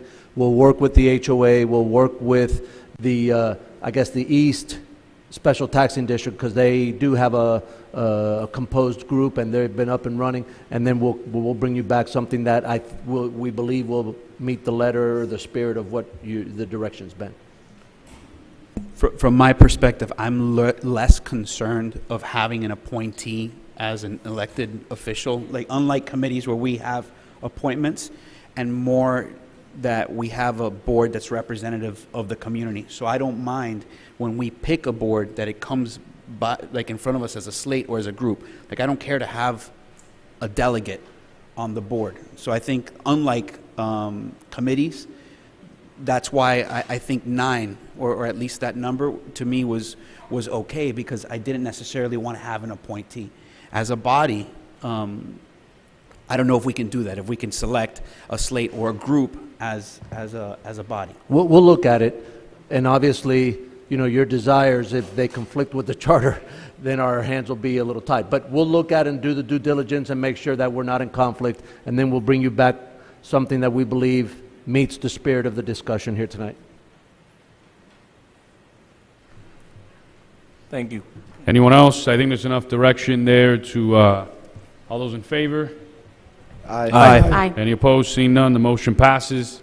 And again, thank you guys for your hard work. You see that we're all about empowering the people, and whatever you guys want is what we're going to do. So thank you very much for being here tonight. The next item is 14F, the Girl Scouts event at Miami Lakes United Methodist Church. I know it's getting late. We got to get them out of here. So this was an event that they put on at Miami Lakes United Methodist. I really believe that the town should endorse this great event. It's going to be incredible going forward, and we should partake in endorsing it over there at Miami Lakes United Methodist. And I won't speak anymore, and I'll let the girls speak and be the ones to present it, because this is part of their project, and I think it's part of civics to see how the process kind of works here. So you're gonna have to use the microphones and face this way, unfortunately. So for the cameras. Hi, my name is Victoria Corvo, and I am a Miami Lakes Senior Girl Scout with Troop 472. My friends Rebecca, Yasmin, Arancha, and I worked on our Silver Award this past year. The Silver Award is a Girl Scout High Award done at the cadet level. It involves developing an idea that betters the community and follows fairly strict Girl Scout guidelines. Our Silver Award project was a color run. Our idea was to bring awareness to anti-bullying, as each of us has been affected by this issue. On June 1st, 2019, we hosted a color run bringing awareness to anti-bullying, and the event was held at Miami Lakes United Methodist Church. We each had a role to play in the project. My role was event coordinator, and I spoke to kids who attended the color run about verbal bullying. And now I will hand this off to Rebecca.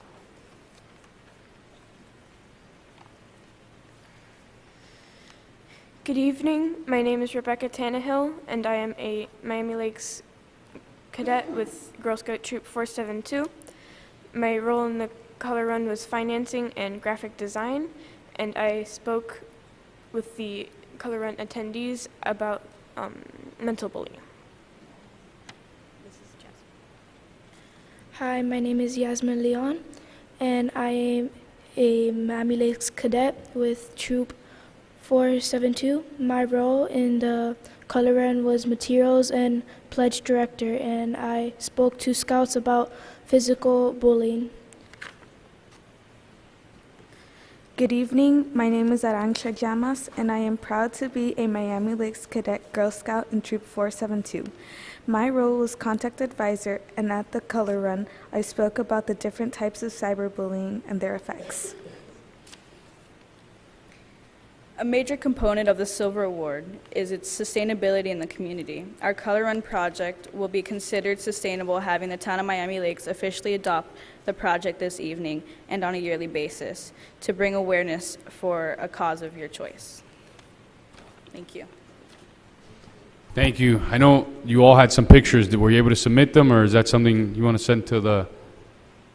Got it. Okay. So we'll give it to the clerk so the clerk can pass them around to the council. But thank you for our hard work, especially for such an important issue as cyberbullying and bullying overall. I mean, that's something that we have to tackle as a society. So coming from young people, it's really commendable that you're all taking it on and being that example, right? The change that we want to see in the world, and you guys are doing that. So thank you very much for doing that. So I want to make a motion to officially endorse this yearly color run that's going to happen at the Methodist Church. So us as a town council, we can attend and be there and support, and we can invite the community, and future town councils can see that resolution and be there and support and invite the community and all make sure that the legacy that you're leaving here helps out future generations also. So that's my motion to officially endorse this event.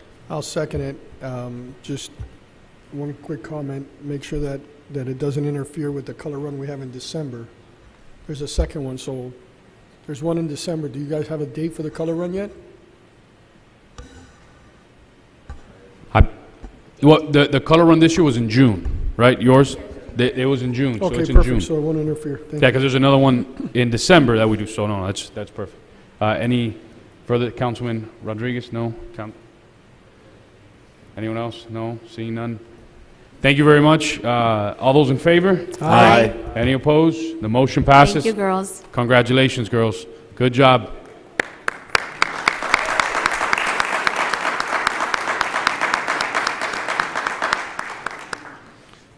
Great job. The future is bright here in the town of Miami Lakes. The next item, right before we go to appointments, is the Civil Air Patrol, who are here with us today, Vice Mayor. Thank you, Mayor. So a couple weeks ago, I had the privilege of going to Miami Children's Hospital and meeting up with an old friend, Mr. Lazaro, who I've known for quite a while. And he asked me about talking to us for a few minutes about encouraging a Civil Air Patrol division here in Miami Lakes.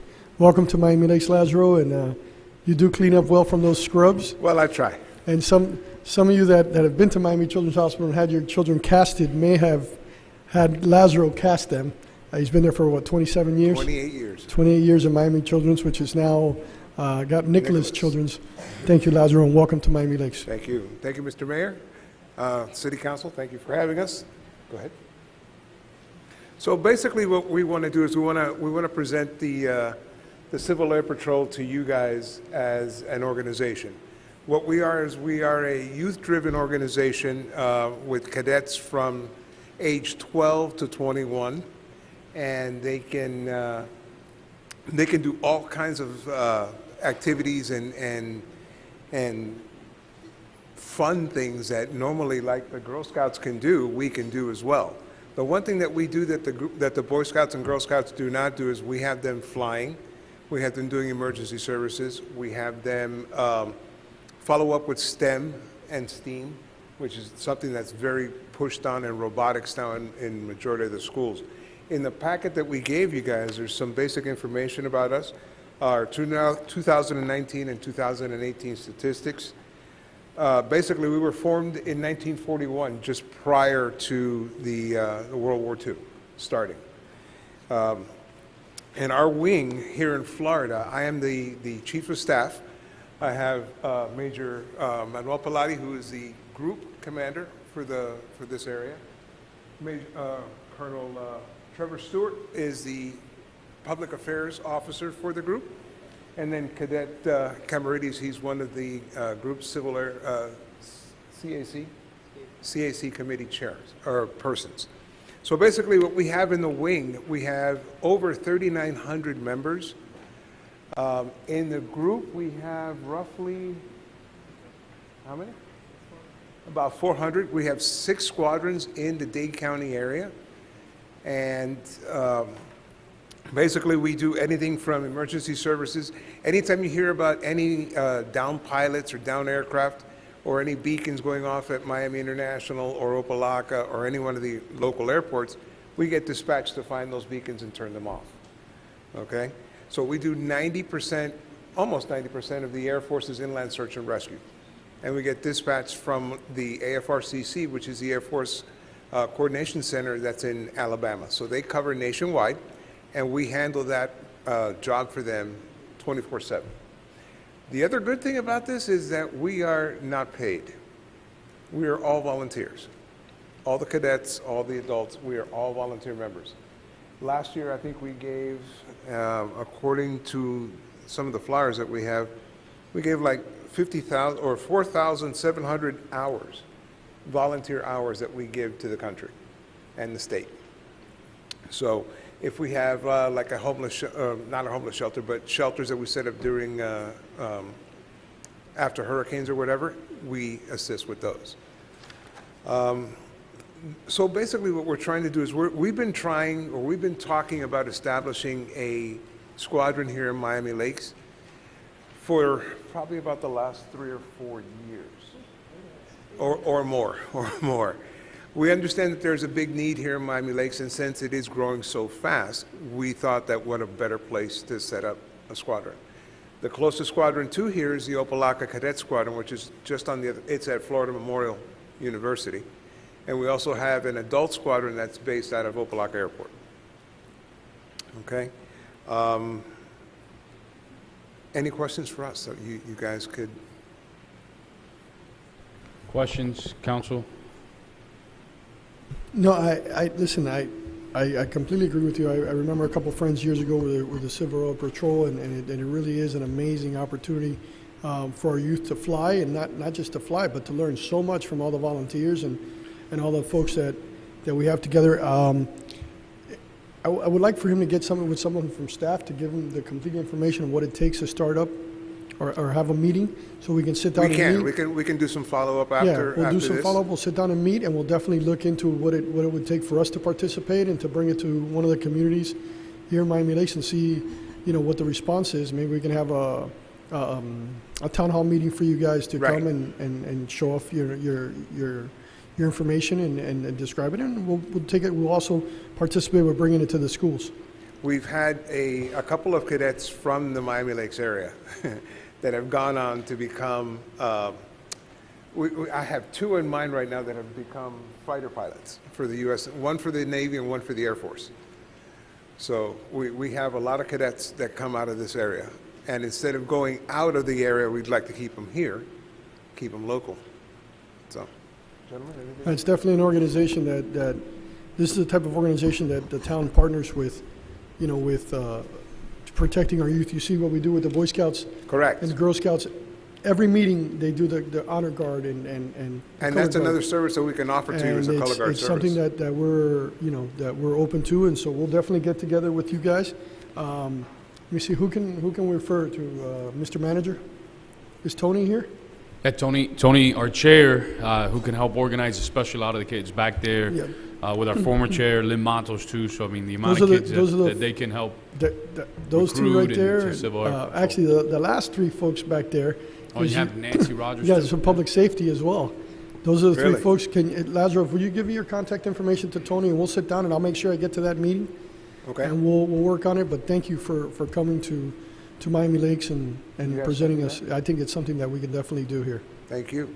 I just wanted to add. Go to the microphone, please.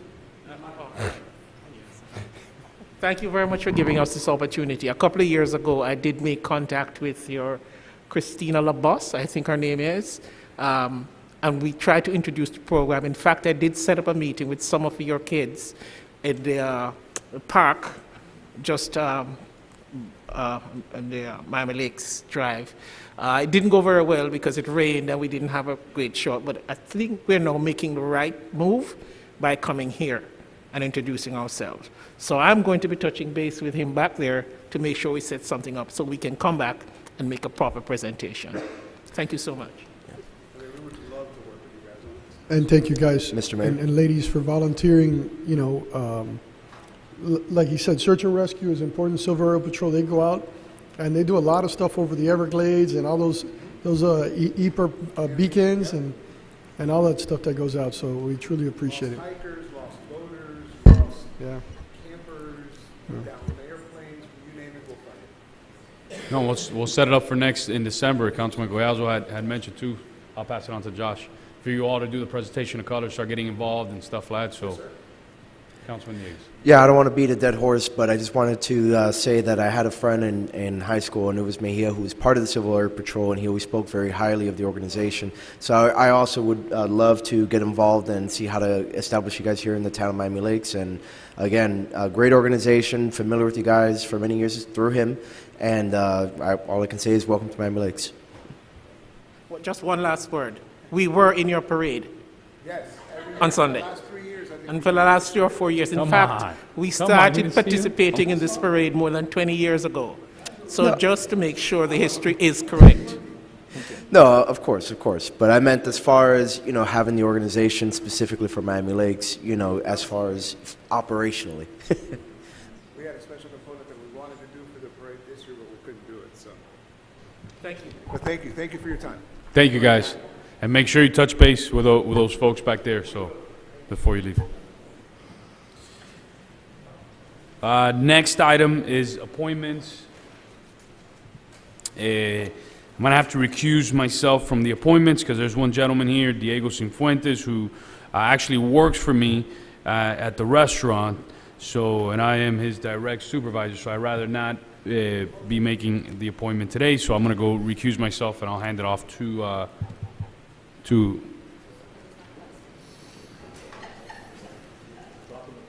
Yeah, thanks, Thank you, Vice Mayor. Councilman Collazo is going to handle this portion of the meeting. Here's the. Let me go head out. Consider it training, Louis. Thank you, Mayor. So for appointments, we have Xiomara Castillo for Elderly Affairs, appointed by Vice Mayor Nelson Rodriguez. Gabby Pineda, Elderly Affairs by Mayor Sid. Larry Borman, Veterans Committee by Vice Mayor Nelson Rodriguez. Diego Cienfuentes, Elderly Affairs by Councilman Rodriguez. David Garces, Elderly Affairs by Councilman Alvarez. Rosario Navarro, Elderly Affairs by Councilman Rodriguez. Ruben Miguel, Veterans Affairs by Councilman Alvarez. Nancy Matos, Youth Activities Task Force by Councilman Alvarez. Do we have a motion for the I'll move. appointments? There's a motion. I'll second. There's a second. Any discussion? All those in favor? Aye. Aye. Aye. Any opposed? So usually after this vote, congratulations. Anybody in the audience that was just recently appointed? I see Diego in the audience. Anybody else? Stand up, Diego. Round of applause anytime that anybody... Now, if we can call the mayor back in and tell him to be nice to you at work.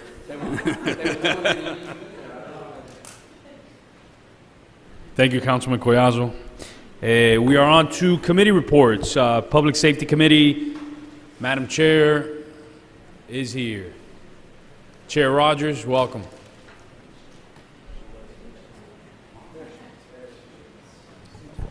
AKA Mama Nance.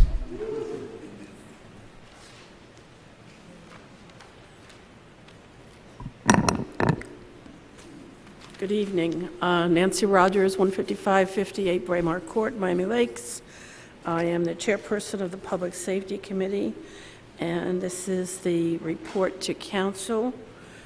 I'm proud of my guys, and I'm going to read their names, if you don't mind. I don't know if it's protocol, but I'm Mama Nance. The floor is yours. Okay. Jorge Pena, my vice chair. Omar Gonzalez, the secretary. Luis Lopez, a member. Stanley Lehigh, member. Rodrigo Lozano, member. Darwin Villavicencio, member. And our police department rep is Officer Juan Rodriguez, and our fire department rep is to be announced because our previous one has become a chief, and we need a new rep. And our budget, as you can see, did you guys get this printed like this? You didn't get it this way? Thank you. That's some kind of screw up with my computer. Anyway, so I'm glad you didn't get it like that. Anyhow, our budget for 2019, 2020, it says 10, I'm just seeing this. Okay, is $2,300 total. As you can see, we're doing a training, several training classes, the CPR and the AED class, the CERT training, and a self-defense class. We've allotted $300 for those. The education and safety materials, $600. That includes some signs that I have been working on for over a year to try to get established and printed and done for the town of Miami Lakes. I wish it had been done just before the summer started because of the children. And the signs are red and white. They look like no parking signs. They're red and white, and they say, "Drive like your children live here." I want these signs. I'm going to find a way to get these signs done, hopefully order 50 of them and see. They should last a little over a year. We'll see how they go, and maybe we can afford another time with more money in the budget, a sign that might last a little longer. But these are supposed to last a little over a year and a half. And we're going to order 50 of those and try to get those up. And Our shirts and supplies, we have set aside $200 for a total of $2,300. The other scheduled events, as I said, is the CERT training, which is grant-funded, and all we pay for there is the refreshments. It's a 3-day class. That's for the regular class. They also have a refresher, which lasts just, I think it's 2 days.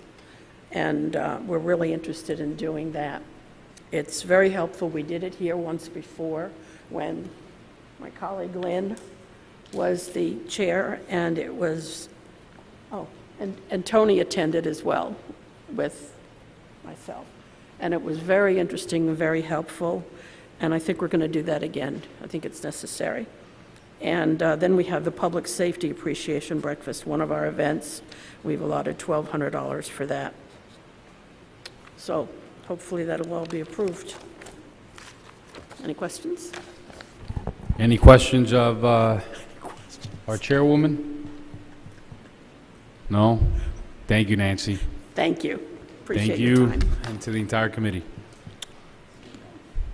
We also have the chair of the Neighborhood Improvement who had asked if he could come up to give us a quick update on the wrap, on the wrap. Where are you guys at on wrapping the signal boxes?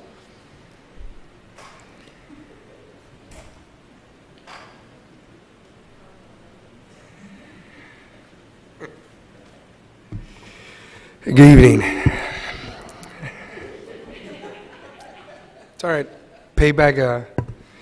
So we're actually have a meeting next Thursday in which we will be voting on the last proposed designs. We feel very confident that we will be making a decision not only on the design, but also on the company that will be doing the job. So you will have an answer by end of day next Thursday.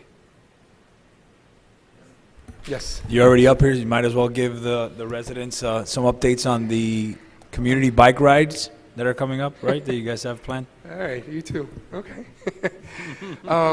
Yes, we're looking to start the first bike ride in December. We're going to propose this season to do a night ride as well, which we hadn't done in the past. So that's also going to be on the agenda for discussion at the next Neighborhood Improvement Committee. Excellent. Thank you for your service. You're very welcome, sir. Councilwoman Ruano. Thank you, Mr. Chair. With regards to the designs for the wrapping, are they the same designs that we saw at the last meeting that were passed out? They're or have not. you made any changes? No, they're not. We changed them all. Yes, they're all changed. And, yeah. and can we, when did you say your meeting was so that we can take a look at those? Next Thursday, the 21st. Beautiful. Thank you Yes. so much. You're very welcome. Thank you, Chairman. You're It's very good welcome. to see you. Likewise. Have a good evening. We appreciate you offering to give us an update. Lynn, I know tomorrow's World Kindness Day. Do you want to come up and talk about that also? Or?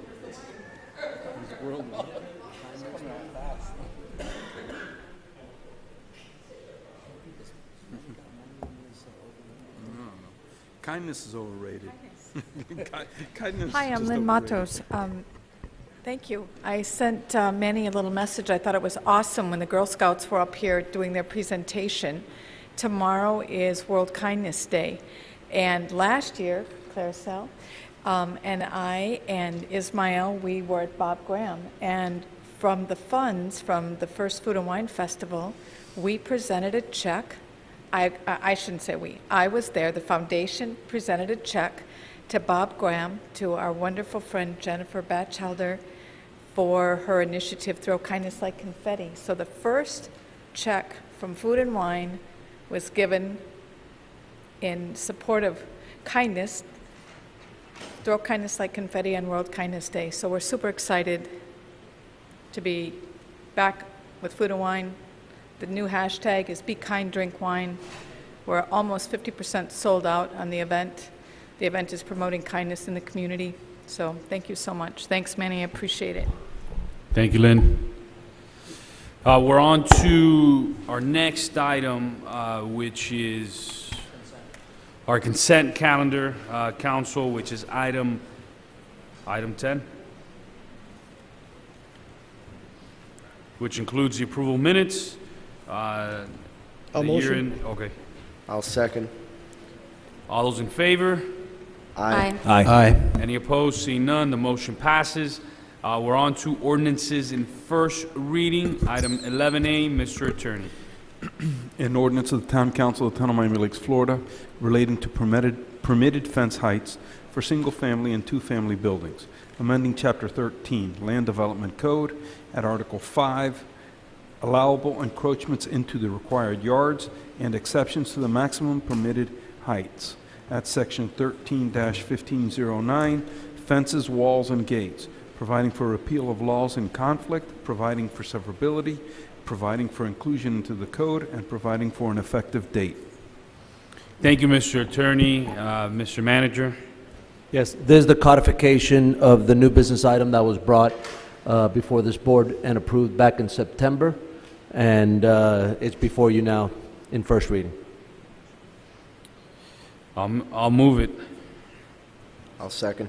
Any discussion? Seeing none, Madam Clerk, please call the roll. Councilmember Diegues. Yes. Councilmember Rodriguez. Yes. Councilmember Collazo. Yes. Councilmember Ruano.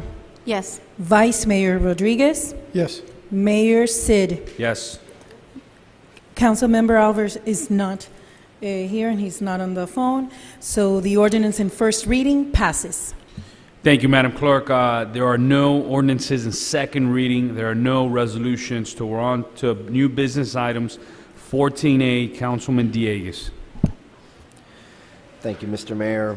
As I've been reminding us over and over again, there will be a time in which the economic cycle takes a turn for the worse. And I have always been somebody who has seen myself as being proactive rather than reactive. So the spirit of this item really has its origins in that proactive spirit, which is that I believe that in preparation for an economic downturn or for the next hurricane, in order to better allow the town to respond to any financial needs, we should move our reserve from the unassigned reserves from 15% to 20%. My understanding is that we are basically almost there at the 20% based on the discussions we had at the budget and again at my meeting with the manager over this item. And this was also something that was a point of discussion in the 2018 elections. And after speaking about it, after this item came up, I spoke to former manager Ray, and he also agreed that it was probably a good idea to move to 20% reserve. So with that, my motion is to my motion will be to change the unassigned reserves balance from 15% of the budget to 20% of the budget. I will second. Discussion, council, any discussion? Seeing none, no discussion. Vice Mayor. No, I want to compliment you on this. The 3-year process of moving up, I know that the manager told us that we're closer to 18.4% already, so that magic number should be there. But I completely agree that this is something that we definitely need to look into and prepare for that rainy day, and I'm in full support. Yeah, let me just clarify, that's over a 3-year period to move to 20%, as is stated in the memo, but just for the video record, just want to make sure that's known. So over 3 years. Any further discussion on this item, council? Seeing none, I'll just make a couple remarks. I'll vote on it in first reading. My only thing is, I would like to see a model similar to Altamont Springs, which is the healthiest financial city in the state of Florida. They're debt-free. They're constantly investing. They don't carry any debt. But they do one thing that I think should be tied to this is the millage rate, which full disclosure, I voted to lower the millage rate many times here. I've actually been promoted to even go super lower. But one thing that they've done, and it opened my eyes, was hearing from their manager and their mayor, where they said, look, one of the things that we do, regardless if the economy's good, if the economy's bad, is we keep our millage rate exactly the same every year, and that has allowed us to be debt-free. That has allowed us to have sometimes reserves of upwards of 150% of our budget and continuously invest. So hopefully in the future, when this ordinance comes, I would like to see that tied to a certain millage rate, because it would make no sense if we put it at 20% and we're at the cost of services, which I think is the wrong thing to do, we continue to move it. You know what I mean? So that's something I just learned from the League of Cities, having a 2-hour meeting with them and them going through, telling us why they were the healthiest city throughout in which they are. I mean, the League of Cities told me that that city is the model on the financial aspect of municipal governance because of that. You know, but they've done that for 20 years and it's worked. They have no debt and they're investing 24/7 in their city. So just wanted to make those remarks on the record. Any further discussion? No, I do want to add something, because I think my question to the property appraiser was directly in correlation to that, to the forecasting of the downturn. And I think what gave me reassurance in moving forward with this was the certainty of his answer, and how we can, with relative certainty, at least his certainty, and I know he doesn't have a crystal ball or has that ability to predict the future, right? But at least with that certainty, we can move in that direction without necessarily sacrificing services. And that's why I think it's a very wise move on your part, and I think it's preparing us for the future. So I also commend you for bringing that forward. City of Altamont Springs. That's all I got to say. All those in favor? Aye. Aye. Any opposed? Seeing none, the motion passes. Miami Lakes for life. Listen, the one thing you've taught me, Councilman Collazo, and you always say up here, is that we should learn best practices. So when I go to the League of Cities, if somebody does something better than us, you learn. What rate what is the millage rate in Altamont, do we know? What's that? What is the millage rate in Altamont? Hey, one of the lowest in Florida. I don't know the exact, I'll look it up right now, but it's one of the lowest in Florida. And it's a full service, yeah. Yeah, but it takes time to change the culture, but whatever. Item 14B. Thank you, Mayor. This item is relating to the neighborhood service districts, also known as the special taxing districts. When I spoke to Sue from Miami-Dade County, one of the things that she discussed with me, and she was the person who's managed the special taxing districts prior to when they were with the county, she talked to me about how their public works department, when they're going to move forward with large capital expenditures, not maintenance expenses, within the special taxing districts, they had the ability to initiate a straw ballot where they polled the actual residents of the special taxing district or the neighborhood service district. So what I wanted to do was see if we can implement a policy similar to one that the county has, where we have a mechanism for certain special taxing districts to get feedback from the residents. And it serves two purposes. One, an issue of notice, notifying the residents, projects or especially significant capital improvement expenditures that are going to happen in their special taxing district. And two, as the mayor says and continues to reiterate, giving them the opportunity to opine and chime in. So I was setting a threshold, although the county doesn't have a policy for setting a threshold. I was putting a threshold and wanted to have a discussion with my colleagues on moving that item forward. So basically the item is any capital improvement project within a special taxing district that exceeds more than 20% of the operating budget to go ahead and, 15% of the operating budget to go ahead and request a straw ballot of the individuals residing in that neighborhood service district. That's my motion. I'll second. Discussion, Vice Mayor. Was this in any discussion with any of the districts that have you discussed this with them, or were they okay with it? Because I know you're working hard on this, and you and Marilyn have attended, I say 99% of the meetings, and I just wanted to get the feedback. Yeah, actually, yes, this item was actually discussed at the very last Royal Oaks meeting, and they actually wanted to deploy, actually use or take advantage, because I believe Danny Angel has implemented already cost for the mail-outs.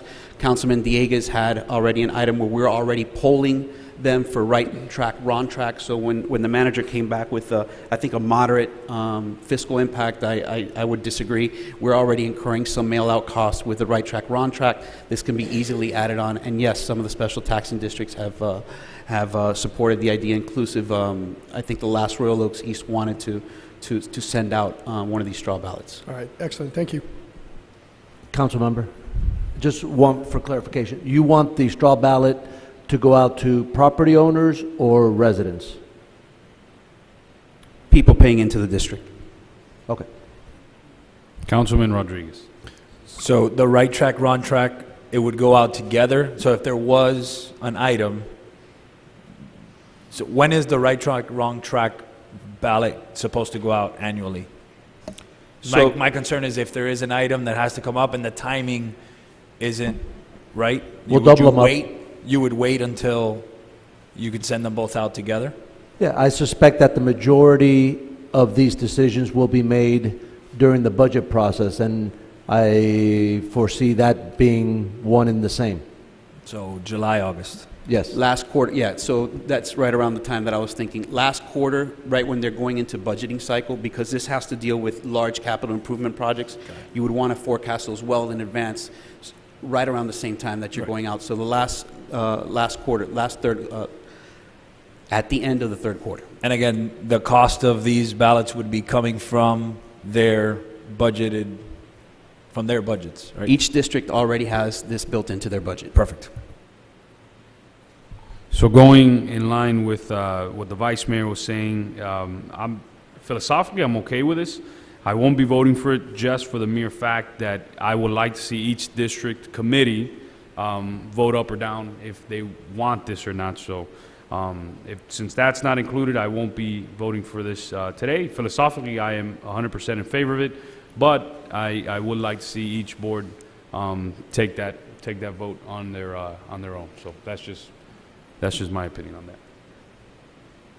Mayor, you'd be happy to know that philosophically, I tend to agree with you, and I went and based on your recommendation, went back to one of the boards and solicited their input, and they actually appreciated the name change. So we're getting good feedback and good response, and I'm sure that this item will also get favorable response, and I will be more than happy to go back and revisit that as well with them. That's But that's have we phenomenal. figured out how the STDs were transmitted to the town? We still don't know this.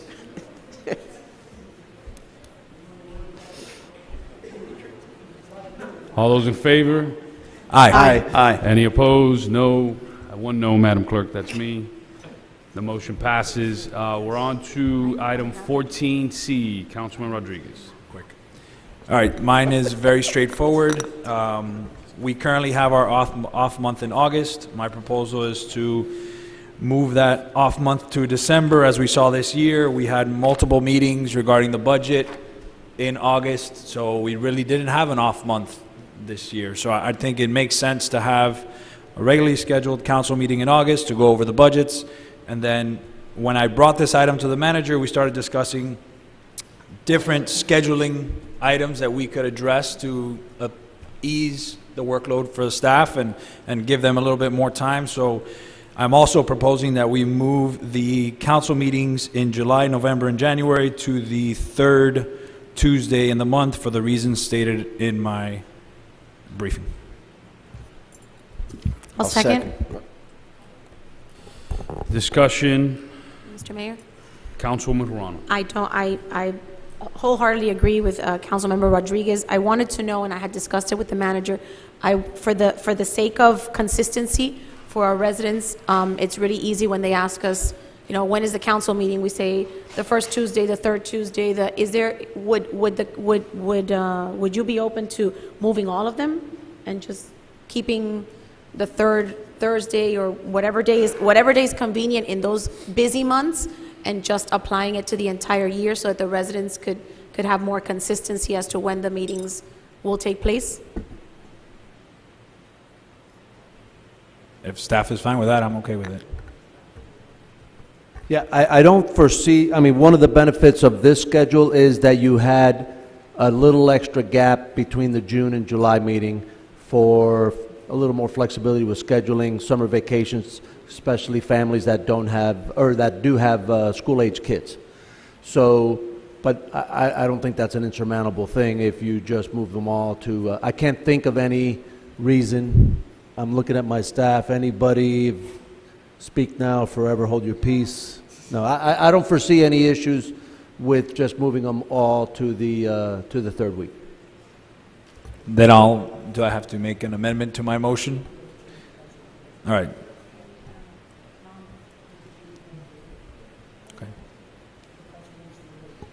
Okay, so we Councilman Rodriguez, do you want to repeat your motion? Yes, I want to change the off month from August to December and change the council rule, make an amendment to the council rules to make all meetings on the third Tuesday of the month. I'll second. I'm fine with that as long as the one in July and the one in March continue to be the second, just for this year, the second Tuesday. I have things that I had already planned. I'll allow it. Huh? What's that? I'll allow it. You'll allow it, thank you. So, Madam Clerk, I'll So tell you, it- the one in March and the one in July, keep it at the second Tuesday. That's the issue. My life revolves around the town. March and July. I have a question, Mr. Mayor. I mean, I know that you looked at.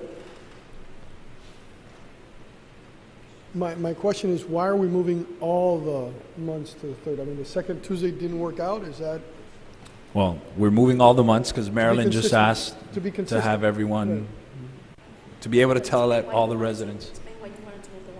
The reason I wanted to move July, November, and January. was because we have no choice? I mean, Oh, it's not no choice. When I was going through it with the manager and the staff, so for instance, in July, it would give, because they get the property appraisers reports in July 1st, gives them more time. Right. November, close out the previous fiscal year.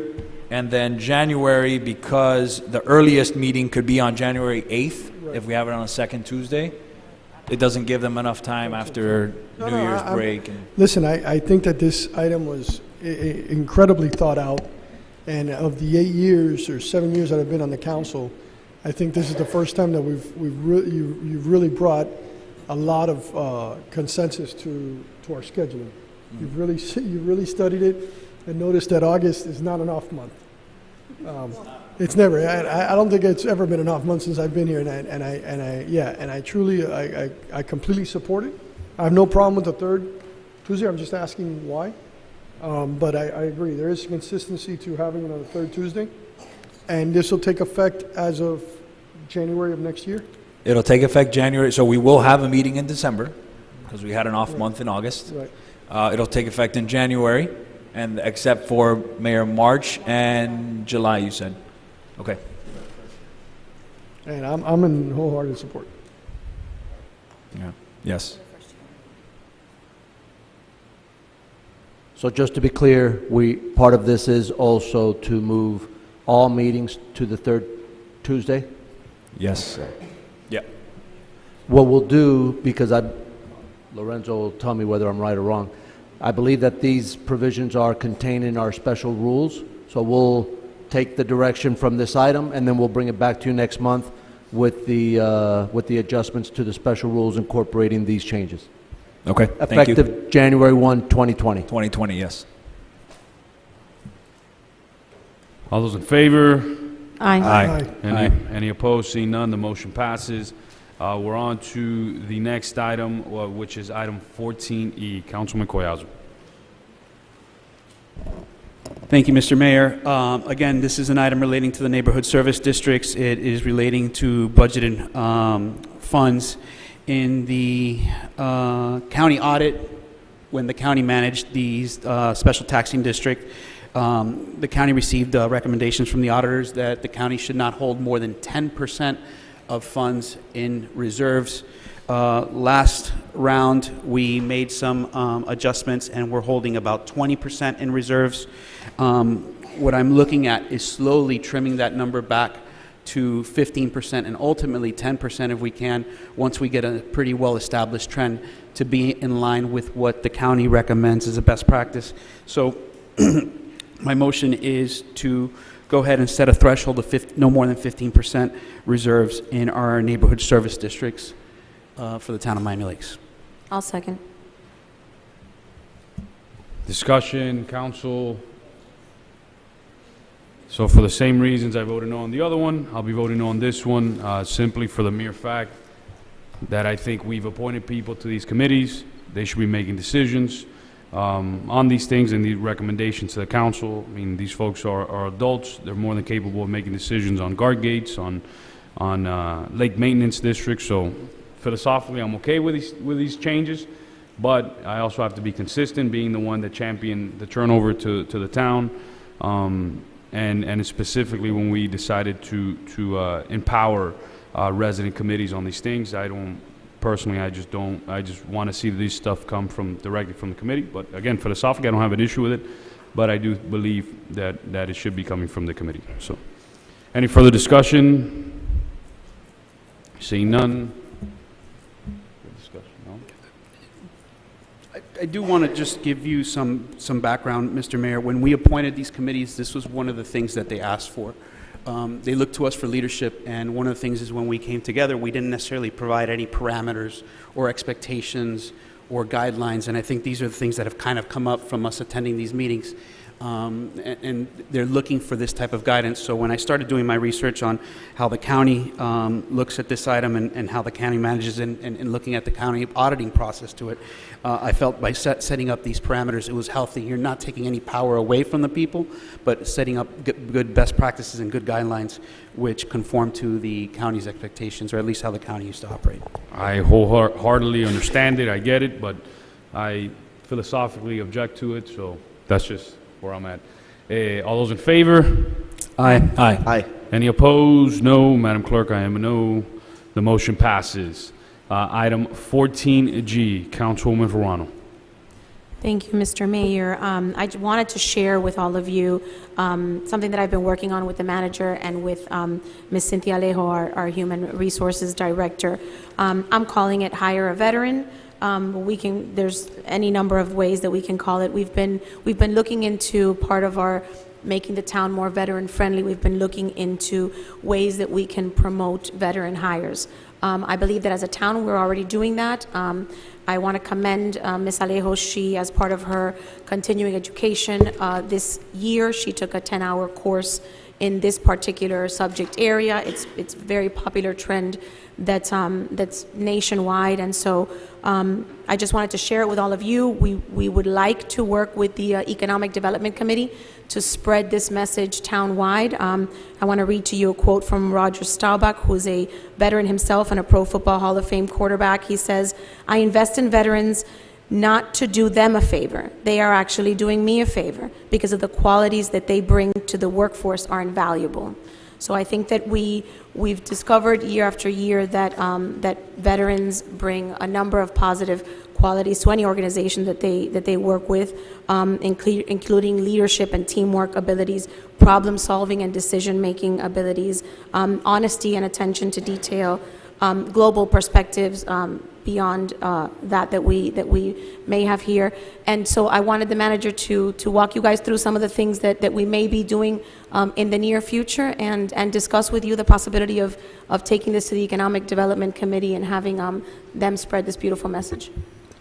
Yeah, at the request of Council Member Ruano, we met, staff, including Cynthia Alejo, met with the council member, and we discussed some of the things that we're doing already, and Cynthia laid out some of those things, which obviously we, on our application, simple thing, we asked for who's claiming veterans benefits. Our system is not like other cities that has a point attributed to a test that somebody takes, like an entry test or things of that nature. But obviously, whenever a veteran meets minimum qualifications, we always afford them the opportunity of an interview, which is unique, and it's actually part of training, because even if they don't get that position, having gone through an interview makes them better at taking interviews. So we for sure always afford them that opportunity. We have also signed up with Veterans Florida Employer Resources Workforce Services to help with connecting veterans with transitioning to the workforce.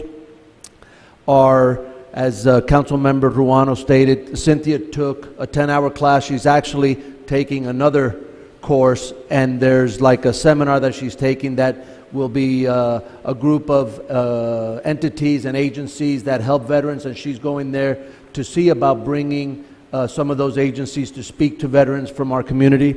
One of the things that she also mentioned was we're trying to have some kind of an alliance between the Economic Development Committee, because obviously we don't hire that many people on an annual basis. We hire less than half a dozen, usually much less than that, half of that. So we said, how can we as a town make a bigger impact? So obviously we look to the private sector and see how we can be the catalyst or the go-between between Miami Lakes businesses and Miami Lakes veterans. So we wanted to, luckily the liaison for both the Economic Development and the Veterans Committee is Willie Sanchez, our Employee of the Year. And we challenged him with getting those two committees to work together. There's a lot of things that they can do. They can do training, they can do job fair specifically for veterans. One of the things that Cynthia was talking to us in the meeting was sometimes veterans, the experience that they have from the military, while some of the characteristics are transferable, but sometimes they don't know how to put that into the right verbiage for private sector jobs. She uses the example of snipers. Snipers, you say, okay, well, there's no snipers out in the real world, right, or in the private sector in non-combat positions, but snipers have discipline, snipers have patience, snipers have a lot of characteristics and traits that are transferable to other jobs. And those are the kind of things where she can help veterans properly make that translation and develop better resumes, better interview skills, and those are the initiatives that we're going to undertake together with the Veterans and Economic Development Committee, and trying to be that hookup between the private sector positions out in our community and our Miami Lakes veterans. Thank you, and that was a good quote by Roger Staubach. That guy was a real deal. That guy won the Heisman Trophy at Navy and went to fight in Vietnam before he went to the NFL. After he fought in Vietnam, he went to the NFL and won 2 Super Bowl rings. So that guy, they don't build them like that anymore. I mean, he's amazing. So I'm in favor of this item. All those in favor? Aye. Any opposed? Seeing none, the motion passes. We are on to mayor and council member reports. So I have a report from our trip to Tallahassee with our town manager. Let me pull up the schedule real quick. I think. So I'll go through each meeting on here so everybody knows exactly. Got it. Thank you. Our first meeting was with the Lieutenant Governor. We had asked why our item last year was vetoed. Lieutenant Governor gave us some insight. I mean, the reality was that the governor was first year in office, and he was looking to veto many different items. I don't think we were looked at differently. I just think it's one of those issues that unfortunately it hit the veto pen. We did speak to Senator Diaz right afterwards about the issue too. They feel very confident that we'll be able to have a strong year in Tallahassee this session. Hopefully, it's the last year of the Speaker Oliva's term, so I am hopeful that it'll be a strong year for our town. We met with Representative Avila, who, by the way, for those of you that don't know, Representative Avila does not represent Miami Lakes, but he will be sponsoring our appropriations. So if you all can send him a text, maybe just thanking him. He will be sponsoring Miami Lakes appropriations this session. He did give us some advice on the on-ramp to 87th Avenue. That was one project where he said, you know, it might not be the year with MDX kind of in limbo that we should pursue that. So that's some of the, unless there's an objection, we're going to follow the lead of the folks who are sponsoring our bills, and that's what, you know, the manager had recommended, unless you guys want to, you know, for us to find another sponsor. But I don't think he'll be willing to sponsor that item because he doesn't feel like it's going to go anywhere due to the fact that MDX is in limbo. We spoke to the speaker. He's working on various issues from the express lanes on the Palmetto, and from I think we're going to see some changes there by the end of the legislative session. Something that he's been working on. So hopefully we get some good news on that end. Also, the director Jared Moskowitz, we met with him. Ismail was in the meeting also. We actually met here in Town Hall because the time restraint up in Tallahassee. and it looks like the money is flowing. It's moving to Miami Lakes. All of it is obligated, so it should be here very soon. I think they have most of the money in their hands up in Tallahassee, so they should be sending it down. We did meet also with the Assistant Secretary of Finance Administration for all of FDOT. Unfortunately, the Palmetto Widening project has been put on hold due to the conflict for the gas line, where it costs between $800 to $900 million, which is a lot of money. So until they figure that out, that project has been is on hold. Doesn't mean that's not going to happen. It still will happen. The only problem is the timetable keeps getting pushed back until they figure something out with close to $900 million worth of cost to move the gas line.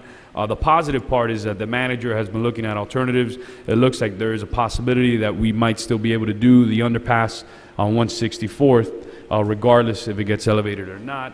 I know the manager has some meetings upcoming with some different folks to look at that again and see if we can just move forward, because the money for that project is already there in the impact fee district.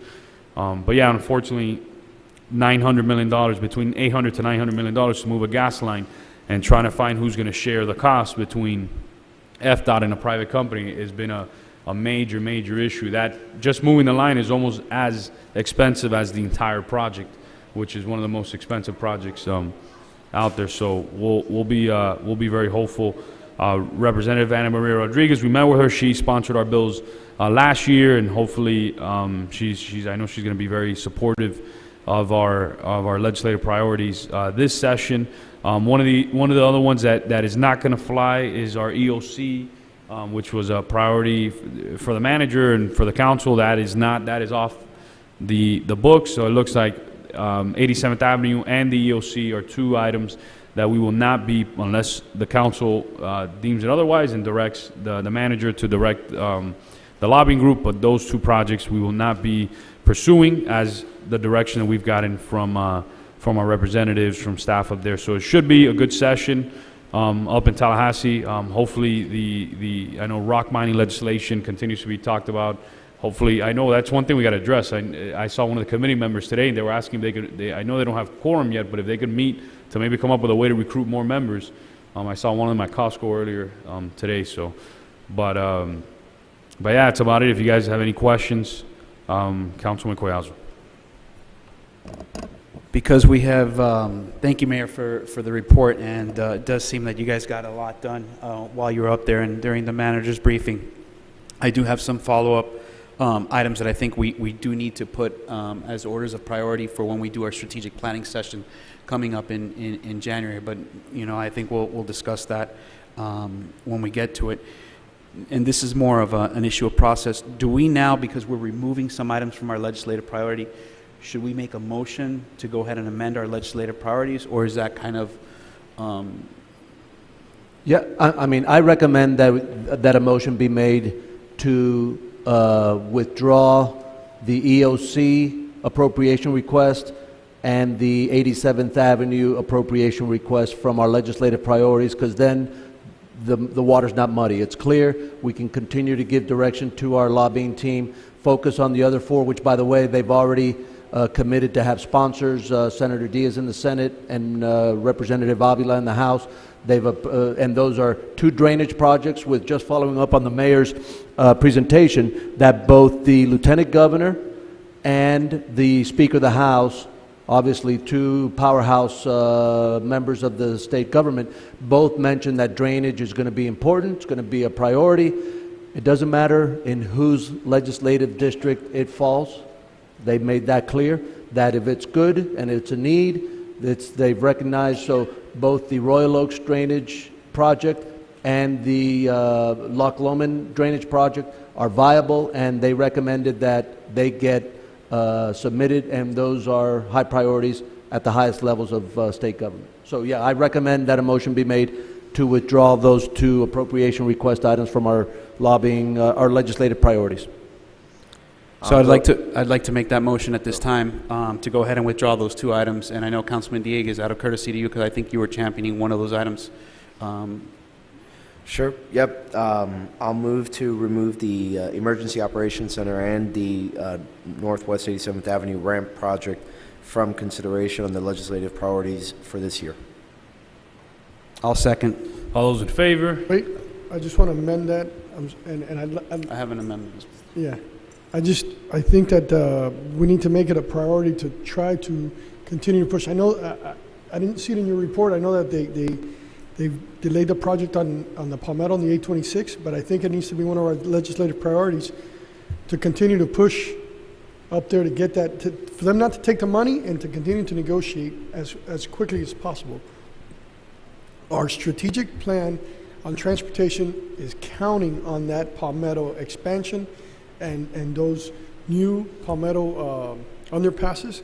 I think that it's a huge detriment to Miami Lakes to have those stopped or postponed indefinitely. That word indefinitely just hangs out there, and so is this project. And I think that it's something that we need to make a priority. We need to look at it and say, hey, your negotiations are beside the point. We need to figure out what's going on, get them to the table, whether it's us or at the state level. But I think that that's something that we need to look, and I'd like to make an amendment if that's okay with you, Mayor. I mean, you were at the meeting, and so was the manager, and I'd like to get your feedback on that. And I mean, are we spinning our wheels by asking it to be a legislative priority? No, those discussions are important, but the price tag is shocking. We spoke directly to the speaker about it.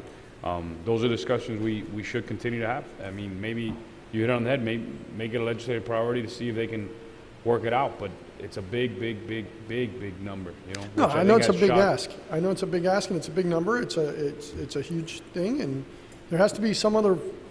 But and that's the frustrating part, because it has to happen. It's not like the project will happen, and at some point, maybe it's a negotiating tactic. By once, we don't know. You know, we're not at the table. The price goes up every day that project is delayed. Not just the project price, but the implementation and the moving of the gas line price goes up. We know that every day we turn around and everything on the price goes up. Every day we hesitate on something to buy or not to buy, it gets more expensive, and that's my concern.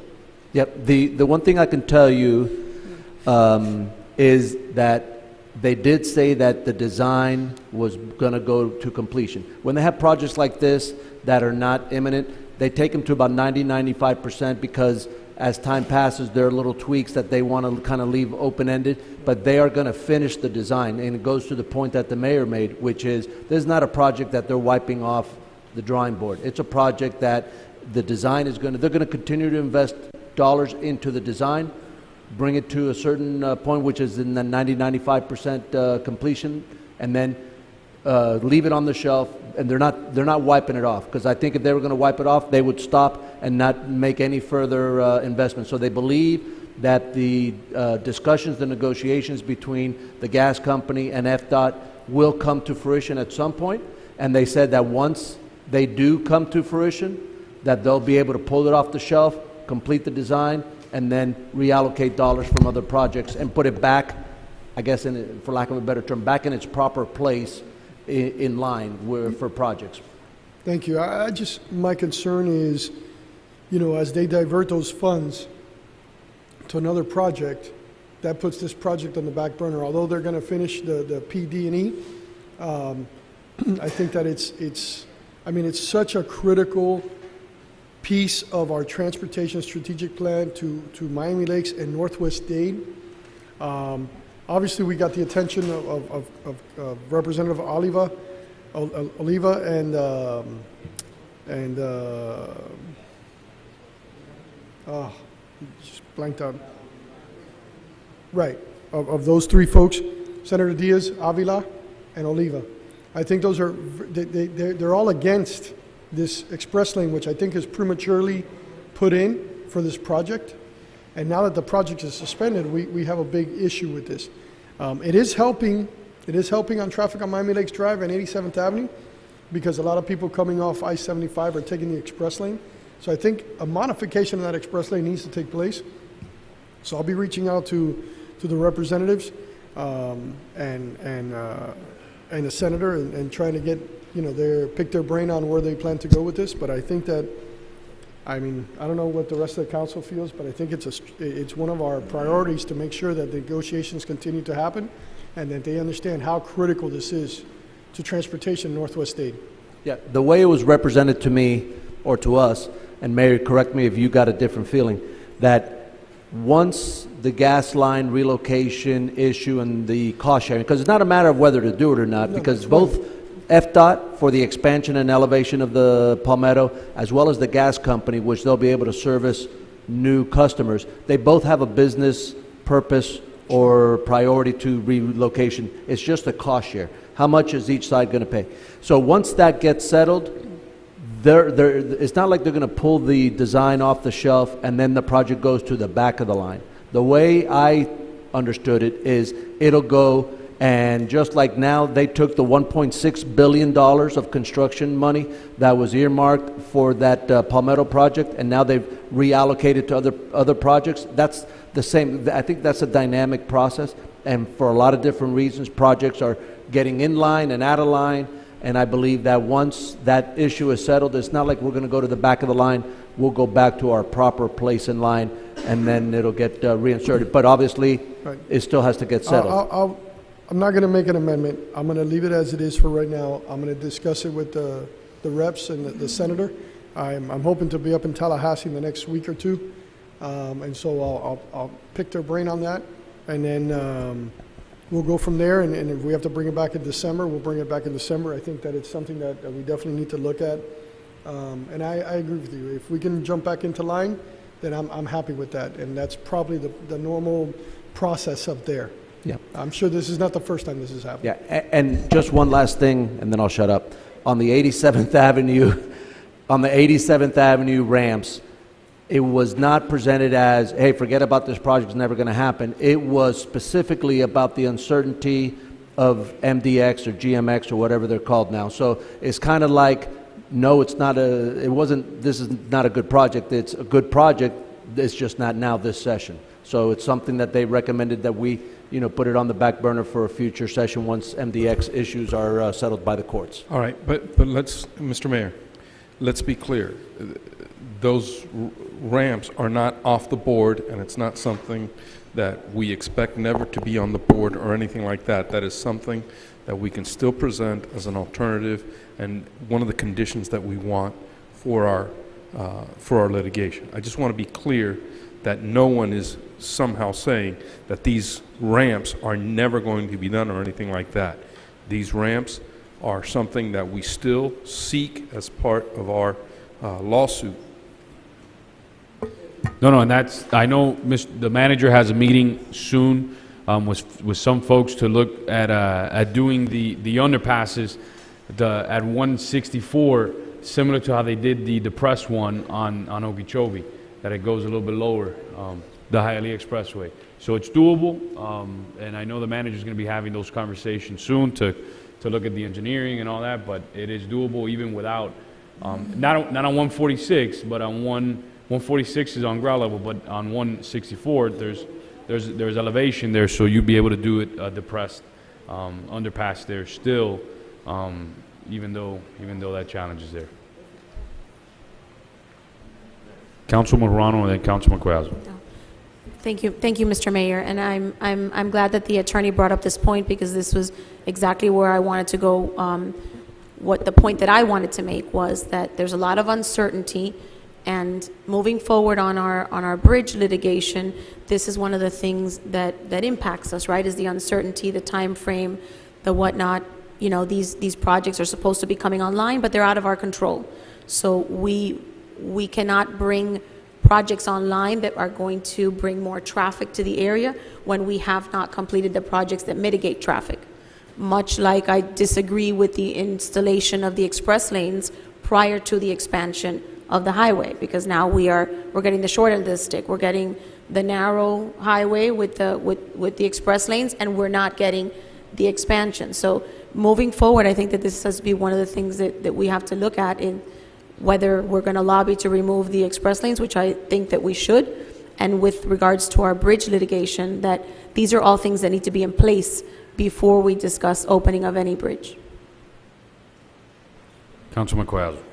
So, Councilman Morano, you kind of stole a little bit of my thunder. I actually wanted to make my amendment to include as part of our legislative advocacy the removal of the express lane, being that we now have the Palmetto project taken off the 5-year work plan. It's not funded, yet we have this installment, which I have heard and have experienced anecdotally, that's creating a lot of hardship, not just for us, but for neighboring municipalities. So I wanted to make an amendment that since we removed those two items, to maybe add, and we're hearing that the speaker, that certain representatives are making this a priority, to make sure that we give them our full support if they're intending to remove those express lanes. So I wanted to make a motion to that effect. I'll second the amendment. All those in favor? Aye. Aye. Any opposed? Seeing none, the motion passes. Any further discussion? Any further discussion, council, on the trip to Tallahassee? Who up here is going to be going to Tallahassee this upcoming, again? Yeah, three of us? Okay. Oh, four. February 5th and 7th. There's a days kickoff. I think we missed it. No, but not the kickoff first. No, I know, but I'm saying there was a day kickoff that they just gave us the information, and hold on, I'll tell you. I have the dates for days. It's going to be,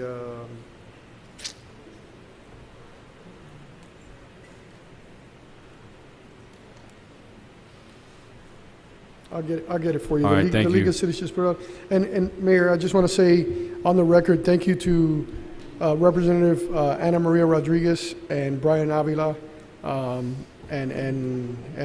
our speaker, and Manny Diaz for carrying the water for Miami Lakes, and taking up our legislative issues. I think it's important that we reach out to our state reps and thank them for taking care of Miami Lakes. They've always voted in our favor, and I think that's a huge thing that we need to make sure we're grateful and thankful. I know I see the rabbi in the audience, and I know we also have as part of our legislative priorities the moment of silence, and that's still something that we're going to continue working on, so definitely. Mr. Manager, anything else on that item? No, sir. We're on to the manager's report, Egan Lane street closure and safety update. Yes, we were asked to provide an update or a status update on the Egan Lane street closure. And Carlos, if you could please go over the items you've been dealing with Dade County on this. Just talk to us a little bit about where we are with this project. Mr. Mayor, moment of personal privilege while Carlos makes his way up to the podium.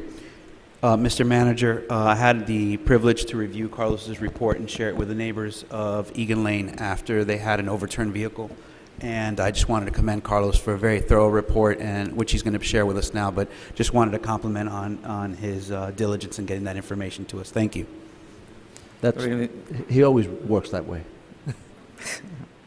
Good evening, Mayor, Council. Carlos Acosta, Public Works Director. I think there in the memo describes all the things that we've taken, actions that we've taken since the Egan Lane issue was brought up over a year ago. But I think it's important to highlight that we have taken steps to improve safety on that road by installing the additional safety traffic signs. We installed the speed humps. When it comes to the report, I think that's the one where we've encountered some holdup with the county. The consultant submitted the report to support a full road closure. The county came back and disapproved that report. And so, but they said, okay, well, we can consider a partial closure, assuming that the report and the traffic data supports a partial. So we've been working for the last few weeks with the county addressing some of the comments. Last week, we provided the last piece of that, which was they wanted a diagram just to show what exactly we propose as a partial closure. And working with the consultant, we submitted two options. One of them is they both restrict the right turn movement into Egan Lane. One is as you're traveling eastbound, it'll fully restrict the right. So you know, there's also a left turn as you come in westbound. There is a left turn into Eagle Lane. So the first option is blocking those two movements.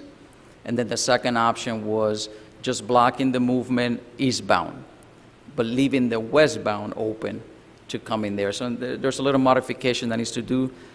So we decided to provide two options. The one that we, talking with the consultant and looking at the data, the one that we recommended, of course, is the option that restricts both movements into it. Right now, we provided those two options. It's up to the county right now to evaluate and see if they'll approve the partial road closure.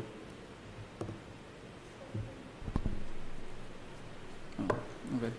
Thank you, Carlos. Thank you, Carlos. Thanks for your hard work on this. Mr. Manager, the Town Manager Monthly Police Report. Yes. Major Ruiz. Good evening, Javi Ruiz, your town commander. Overall, we continue to be down in targeted crimes. We're getting to the end of the year, so during this time, our shop tends to get busy with several events and some of our directed patrols at shopping centers due to the shopping season. Recently, we assisted town staff with the Halloween event, providing a safe, secure environment for kids and traffic control. We also assisted this past week with the parade, which was bigger this year, and our officers assisted with traffic and security for the event. As big as it is, we were using 27 officers working with town staff, and it went smoothly, and we had no incidents to report at either of these events. In terms of LPR, we're on target to begin installation, talking to town staff, January, February, starting with 154th Street in the Palmetto. And I know town staff is also working on placing the taxing district LPR Project Star on the agenda for an upcoming meeting as well. So that's basically what's going on in our shop, and at this point I'll open up for any questions. Thank you, Major. Any update on the fixed LPR? Yeah, we, in terms of that, we're talking to town staff. It looks like we will begin installation on January, February, starting with the 154th Street Palmetto exits and entrances there.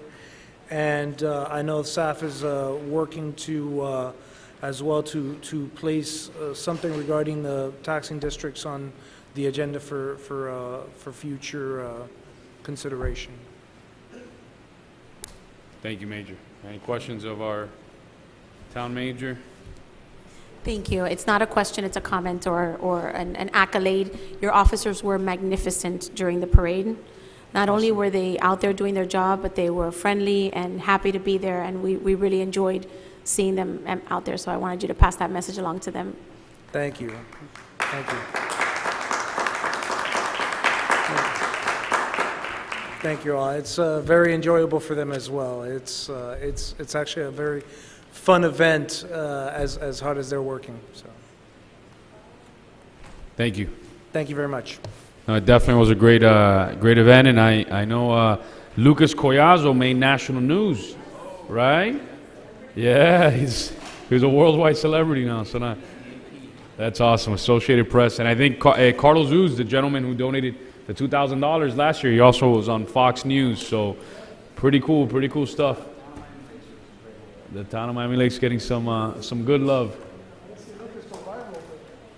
That was very nice, very nice. Mayor, the day days are February 5th and 6th, and the kickoff at Perry Jungle is the 20th of Wednesday, the 20th of November, next week. You're going representing the town. It's your first duty as vice mayor now. Yeah, no, I'll be there for the day days kickoff.